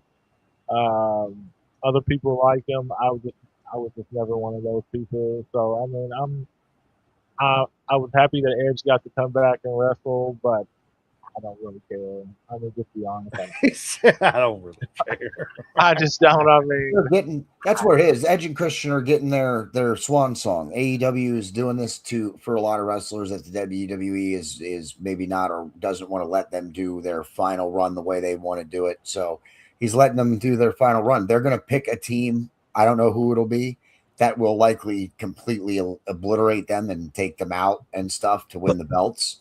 But I'm happy with them getting their swan song. And I'm not really a fan of the dogs. So when they do lose the belts, I don't want them to win.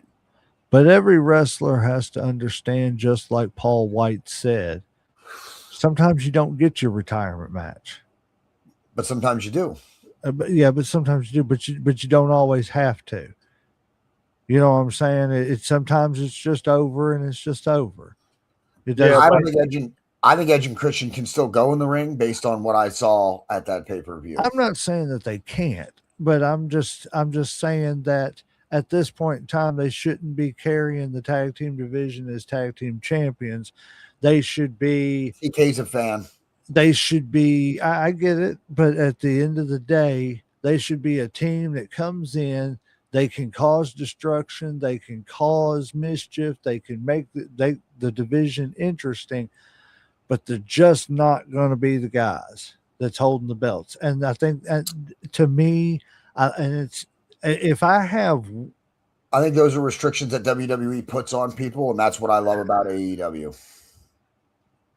You're going to see more of that randomness. You're going to see more of legend winning the belt. People don't want older wrestlers like that being on top. That's not what I heard. Look, I don't have an issue with them having the belt as long as they're using it to help get younger talent over. Exactly. I'm all right with it. Like I said, I mean, like if they're going to help, get other people over and make as transition champions, they're telling a story. That's what they're doing. They're telling a story. They're telling I'm okay with that. Finish story. Yeah. So I don't have an issue with it as long as it goes that way. Now, like if they stay champ, then like if they're with kind of leading the division, then that's a little bit different, and I'm not really with that as much. But I think that they're a great talent. I think you use them to get your other talent over, justify them, the question is, I think that's what they're doing. They're giving them a legitimate tag title reign, and then one of the teams will eventually knock them off. Then I'm okay with that, yeah. Yeah, I don't know who that's going to be. Yeah, but I don't think you need that title reign to be 3 or 4 months. I think a month and a half, 2 months is cool. That's how long has it been? I mean, they just got them like a month ago, maybe. Yeah, it's not been. They haven't had that long. I don't think it was necessarily time for them to lose them right now.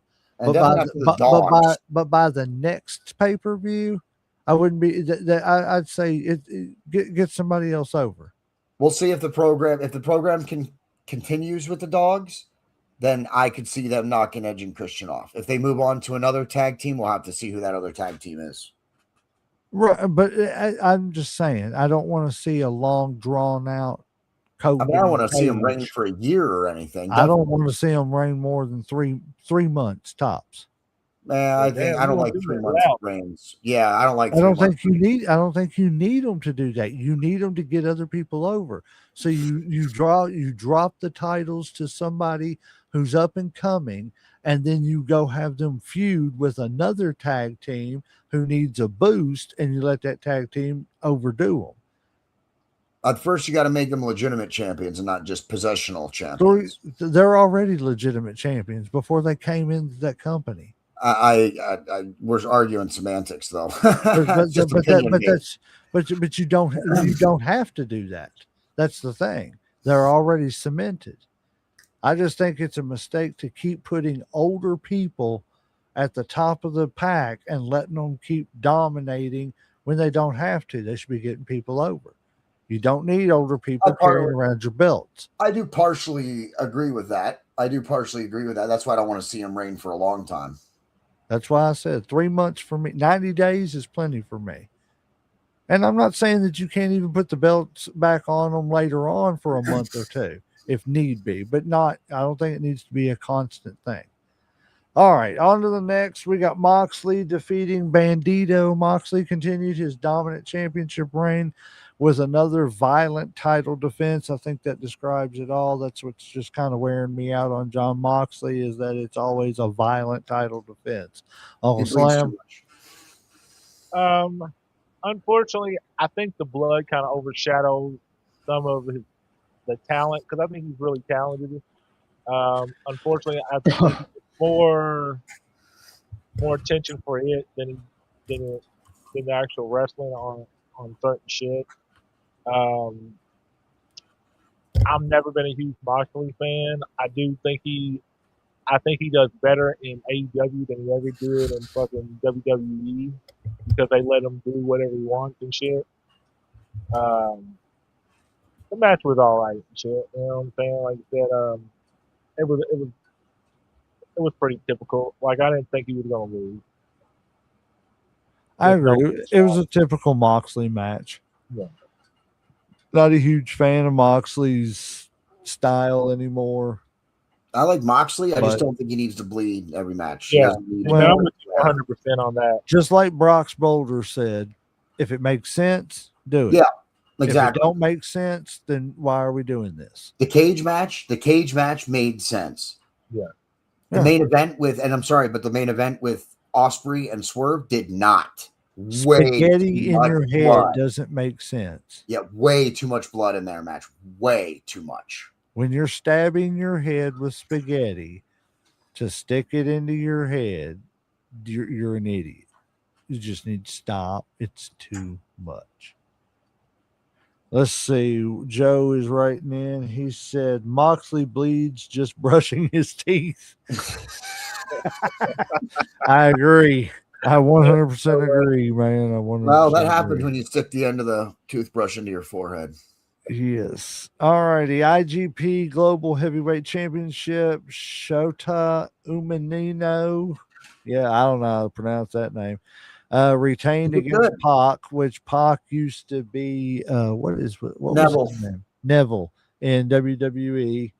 One of the more physical matches on the card. Uncle Slam, tell us your thoughts. I don't remember this match, honestly. Like maybe because like you were naming it, and I'm like, who are these people?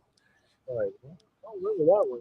Well, then we will go on over to the Bad Guy J.D. It was a fine match. It was a fine match. It wasn't anything spectacular. It wasn't a bad match either. But it wasn't. There was nothing that made me think, "Oh yeah, I'm going to remember that match tomorrow." No, it was a fine match. That's it. Character-wise, I'm going to be honest, Pac, Neville, whatever you want to call him, he's always reminded me, and please, everybody, don't come at me and want to drop kick me and everything. He's always reminded me of a modern-day Chris Benoit, and I'm talking about the performer in ring. I ain't talking about anything outside the ring. See that. But and the reasoning is because he has no personality whatsoever. He can't talk on the mic, but he can go like an MFer in the ring. Yes, he can, but no, he cannot talk on the mic. He has no friggin' personality. I think he has less personality than Benoit. But possibly. Because that's my take on Pac. Benoit was at least that silent but violent guy, right? At least he kind of had that little catchphrase that he could rely on. That's why he was the quiet guy. Pac is not necessarily the quiet guy. It's just every time you give him the mic, he has nothing good to say. Right. All right, we got Kenny Right. Omega defeating Zack Sabre Jr. Highly technical wrestling clinic that received rave reviews. Uncle Slam. I mean, it was a good match. Like I said, I mean, not one of my favorites, but I mean, it was good. Like I said, I mean, I'm not a huge fan of Kenny Omega, like I said. So, but from Are what you I a saw, fan? I mean, the match was good. Are you a fan of Zack Sabre Jr.? I don't really know who he is, to be honest and stuff. That's He's- the first time I ever don't know saw him. enough about him. Like I I've said, seen him wrestle 2 matches in AEW now. Both it was a Dynamite match and the match on Forbidden Door. I don't get it. I'm not a Zack Sabre Jr. fan. I don't get it. I don't understand it. To me, he looks like the poor man's Joe Hendry. All righty. Last match on the card is going to be the Death's Door Steel Cage match. I kind of like that name. Team Briscoe defeated Team MJF. As a result, Mark Briscoe earned an AEW World Championship match, which he did on Dynamite and lost. The Brutal Cage Yeah. War featured numerous weapons and interference before Team Briscoe finally prevailed. 2 questions. Are you okay with the who won? And what's the point in letting them win this if you're just going to make him lose the damn opportunity the very next, basically the very next Nitro? Because it's not done yet. It's just Yeah, but man, I mean, they just got to keep like that. And this is my critique of AEW is they're doing too many WCW like stories that just don't make any sense. They want to pay them off in a week or two instead of paying it off at All In. Build up till All In. Hold on, before you get started, JD. Uncle Slam, your take.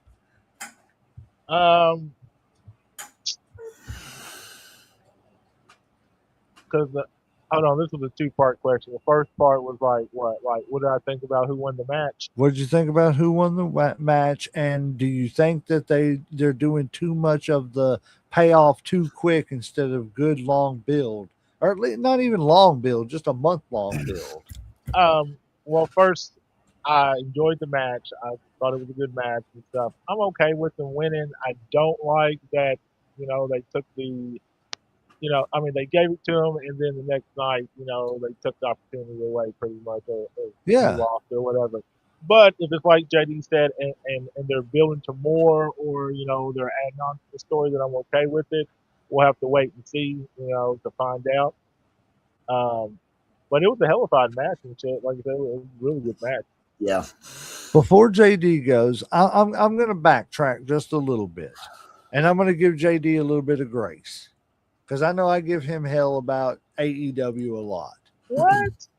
But I'm going to backtrack here for a second and give him a little bit of grace because I remember back in the Attitude Era when people would win on a pay-per-view and the next night they would go on Raw or Nitro and something would happen and their opportunity was taken away or something, or they would cash in or this, that, or the other, whatever it was that they won, that somehow they would lose the opportunity. You know what I'm saying? Look at Kane. Kane won the world title from Stone Cold, and then the very next night on Raw, he lost it back to Stone Cold. That sucks. That was like one of his only 2 world title reigns. But you know how bad it is when I'm sitting here watching an old WCW match. Hey, shout out to Tracy Smothers, who we hear a lot about on here. It's coming out as the Young Pistols with Dustin Rhodes. But no, you know how disturbing it is watching WCW and seeing Brad Armstrong as Bad Street out there trying to dance with Michael P.S. Hayes and Jimmy Jam Garvin, who couldn't dance themselves. But anyways, yeah, I got to backtrack a little bit and say, okay, let me give them a little bit of grace and see what they do with this. Now, if it doesn't pay off to something good, then I'm going to kick them in the ass again. Well, But payoff I'm gonna backtrack here for a minute, and I'm gonna give them their grace, and I'm gonna give JD a little leeway, and not give him as much shit with this, and then I'm gonna let him give us his thoughts too. So JD, they got. I'm giving them till all in to give me at least a good reason why. Yeah, I just want to let everybody know that you see me shifting a lot now because my legs are starting to cramp up on me. So I'm Oh, not. you're good. We're gonna try to get out of here as quick as Um, we can. Uncle Sam's got to run through his real quick, and then we'll go. yeah. The thing is, and because what you're saying is, you want the payoff, but you want the payoff you want. It's not necessarily the payoff you're No, going to get. no. It's a I'm a subjective. wrestling fan. I don't It's a want the payoff subjective I want. level. No, I'm just kidding, dude. Um, I'm just saying, like the payoff or what I you want the want payoff to make sense. is subjective. Is what you want from it might not be what other people want No, from it. And what I don't care out what comes from it as long as it's good and it makes sense. to you, but that's No, what I'm saying. in Some things general, in AEW I enjoy and it makes sense to me because I I don't have know to where it's like the going or I'm payoff. feeling, but you don't like it as much. I don't have to like the payoff as long as the payoff makes sense. I don't care about if I like the payoff. I want the payoff to make sense. Gotcha. Okay, I understand what you're saying. In terms of like you're talking about building something over a month or how AEW does this kind of crazy stuff. That's what people who tune into AEW want. They don't want the title being defended once a month, only at pay-per-views after the story's built the whole month. Oh, They I don't either. get in the ring with the Briscoes now. Like that's what people want to see. They want to see some of that randomness. That's what AEW offers that WWE doesn't. That's what WWE, real WWE fans, not modern WWE fans, don't want that either. We're old school fans, but we also don't want people just winning titles when it don't make no damn sense either. again, but that's what I'm saying. We want the payoff to make sense. Did it make sense for Sami Zayn to win? In general, I don't care if I like the story. There's stories I didn't like at all throughout history. I hated that the Honky Tonk Man won the Intercontinental Championship from Ricky the Dragon Steamboat. But did it make sense of why? Yes. Does it make sense why Sami Zayn won the world title? Yes. Because it was political. Political. And they've been That's building storyline reason. They've been teasing him being world champion for a long time. Yeah, it was storyline. They've been setting him and Cody up for months. They were doing the Cody and him. Him and Cody were the main event at the SmackDown that we went to. All I'm saying is that AEW and WWE offer different products. You shouldn't watch one expecting what you get from the other. Different products has nothing to do with basic wrestling. Basic wrestling is. And I'm trying to tell you, bro. Sense. Hold on, let me finish. What I'm trying to tell you, bro, is that what AEW puts on. Yeah, I enjoy. I get that. I'm not saying you don't. I didn't say I didn't enjoy it. You don't like it. I didn't enjoy it. I said they have a lot. When did I say I don't like it? Didn't enjoy it. I said they don't finish stories with a correct, proper payoff. Didn't say WWE does either. I would say that, yeah, no, but I would say that's. I'm not defending. I'm not defending WWE to the death the way you're defending AEW to the death. I'm not defending them to the death. I'm trying to say they're different products. I understand that. So I don't. So is TNA, but TNA is not doing anything good either. I have not watched TNA, so I cannot. Ring of Honor is a different product. It's not their stories aren't doing anything either. If they Ring of Honor is basically AEW light at the moment. I mean, that's the only place you see. I agree on AEW shows. Well, it's because Tony Khan bought it. What? Yeah. He hasn't done the right things with it. That's something that I think we could probably agree on. He bought Ring of Honor. And the payoff makes no sense. Yeah, he has not done the right things to try and make it a legitimate company or even treat it really as AEW's farm program at this point. I don't know what he's doing with Ring of Honor. That's a whole nother conversation. Right. But in terms of him, like them putting him against him, I don't know where the story's going, but I don't have a problem with it either. I'm an MJF fan, and I love just wanted back Darby. And I don't want to see him again lose it to Jay Briscoe because I don't like seeing the world title play hot potato. I don't either. So But I I wasn't also ready don't want for. the title changing or not changing when it doesn't make sense. I don't care if I like what's going on. I just want it to make sense in the Yeah, and I don't know overall that scheme of things. and I don't know that Briscoe will actually be the AEW champion. I just don't believe that the story between MJF and Briscoe are done yet. That doesn't seem to be the end to me. I see what you're saying. Well, we'll I give think it. Like I I said, think I'll it'll give it a go more. month, and we'll revisit That's this in a month I'd also and like to see say that where it's went. AEW does a lot of things with multiple storylines going on because you got to figure MJF is also now going to be facing Will Ospreay in August Right, for the and world that's what I'm title. So saying. now, so now That's you have a almost overload. no, it's not overload. It's called multi-layered storytelling. Okay, now you have MJF in this No, that's program with not Briscoe, multi-layered and storytelling. then he's got That's the title match overbooking. with. I disagree. Again, subjective. I disagree, and there That's are not tens of subjective. thousands of AEW. Yes, it is. There are tens of thousands of AEW fans that like the product and like what they're That doing. has nothing Just to do because with you liking the don't, product. that That doesn't has mean nothing to anything. do with you're mistaking liking the product with smart booking. That I has think if nothing to people are do with happy it. and you're making money, then that's the They're goal of not the making business. money. They're losing money constantly. On a AEW, constant, yes, on a constant basis, their money that's is going down. that's not what I see. That's not That's what when I look it up. that's just That's not the information that I'm getting. I will get you the information. So I'm saying I'm fans not are saying, and I'm not trying disparaging to it. like you I like to want pretend that AEW I'm to like you back me succeed. into a corner with AEW, but it's just because what I'm saying is what you're saying is subjective. I'm not arguing that. It's It's what you like subjective. about wrestling versus what It's other subjective like. when I say that independent wrestling is better than any other wrestling. That is still a subjective I term. didn't Well, say even if that. I Right. I agreed just with said you, that. I yeah, just said it's a subjective term. It's all yeah, subjective except for the basics of what wrestling is and is supposed to be. And I wrestling is supposed to be storylines that make sense and have a correct payoff that makes sense, not random stuff for no reason. I think And random I'm not matches are saying that great to it's have in just wrestling. AEW. You take it that I'm saying it's just AEW that's doing that. I'm not saying that. I'm What saying that AEW does it, but they do it just about as bad as anybody. And it's nothing against it, but it's Tony Khan, a business boy who has never done anything in the wrestling business, trying to be a fanboy and run a company. I hate to, I would never take my money and back a wrestling company and put myself as the head booker.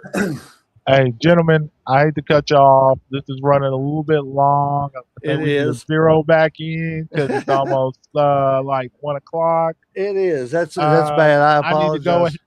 Yeah, I need to go ahead and run through mine real quick, and then so we can wrap this up. Like, I hate to cut you Yes, off, but this no, was no, supposed to dude. be a short episode, and it's going it longer was. than Yeah, it ever. was. Yeah. So I'm going to I shoot off promise you mine guys real next quick. week we're going to shoot for a shorter episode. All right, I'm going to go over my results real quick. We ain't going to have no debate. There ain't really no much discussion. I'm just going to let you know it's going to be informative, not discussionist.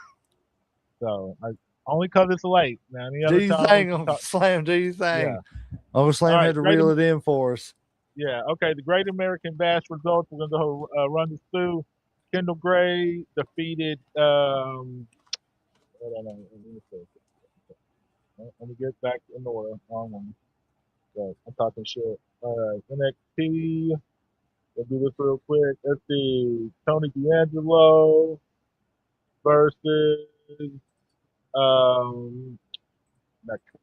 I'm gonna mess this name up. Nakata for the NXT Championship. Then we had Tatum Paxson versus Zarya for the Women's North American Championship. Zarya won that. We had Shiloh Hill versus Tristan Angel, which we had Shiloh Hill win that by pinfall. Then we had the Speed Championship with Ren Sinclair versus Andrea Grace from Birthright, with the Ren Sinclair winning that. Then we had Dion Lennox versus Saquon Sugar, which Sugar winning the match. Next, we had Miles Bourne versus Travis Heights for the North American Championship, which resulted in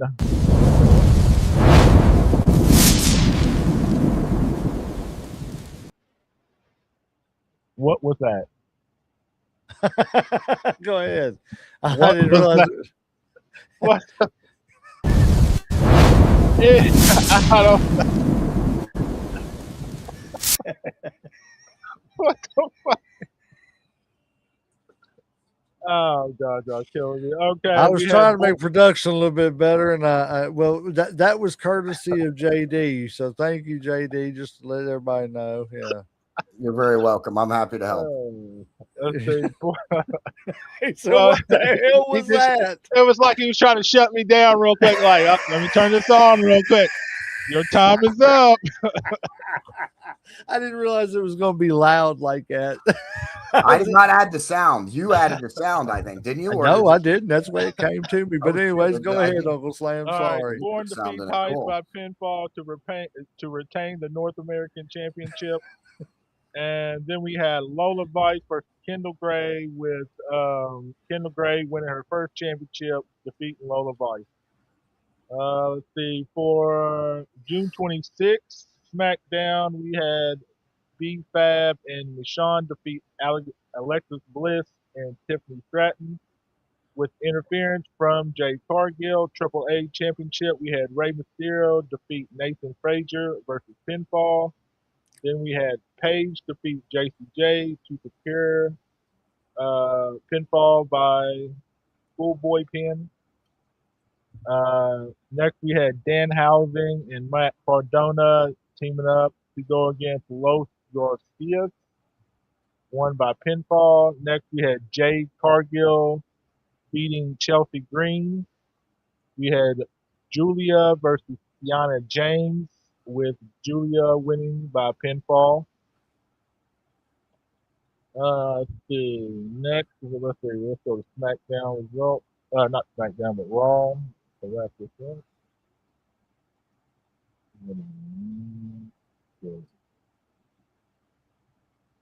Let's do.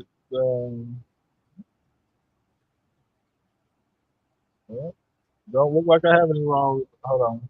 Let me find it. One Well, even second. if you don't, people got Google. It's I been, know. That's what I was saying. I'm you like, give us what you got, and we're 2 hours and 12 minutes in. I know. You probably shouldn't have me on when you want these to last an hour.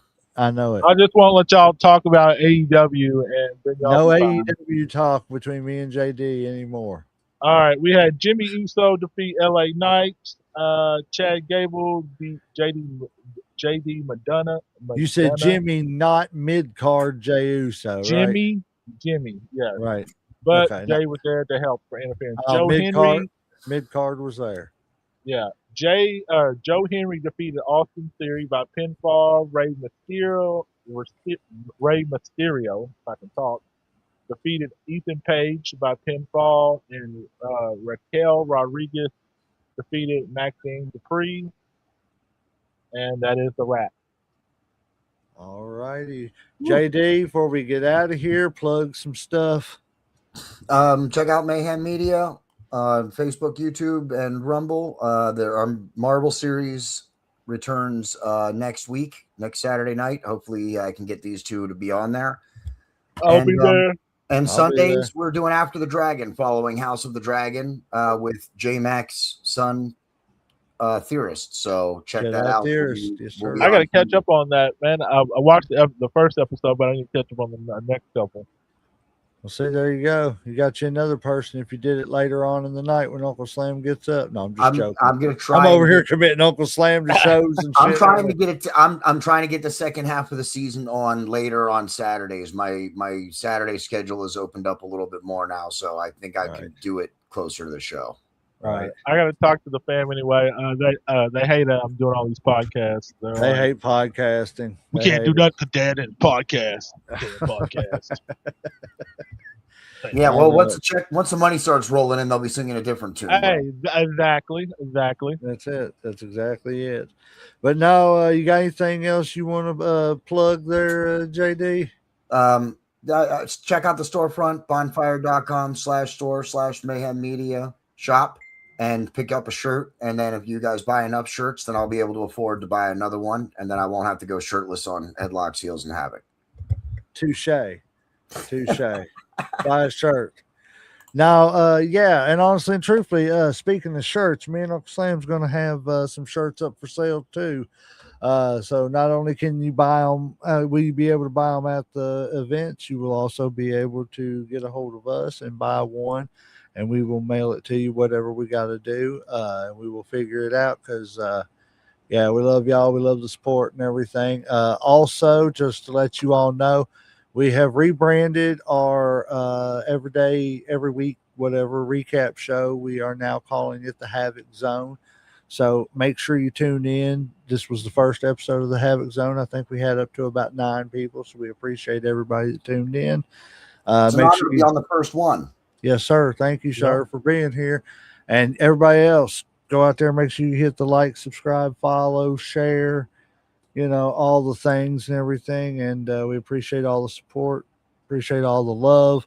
Uncle Slam, you got anything else for these good people? No, sir. I'm definitely tapped out tonight. Yes, sir. Well, actually, it's today. And by the way, guys, happy 4th of July, since we've made it to 4th of July. Happy Fireworks Day.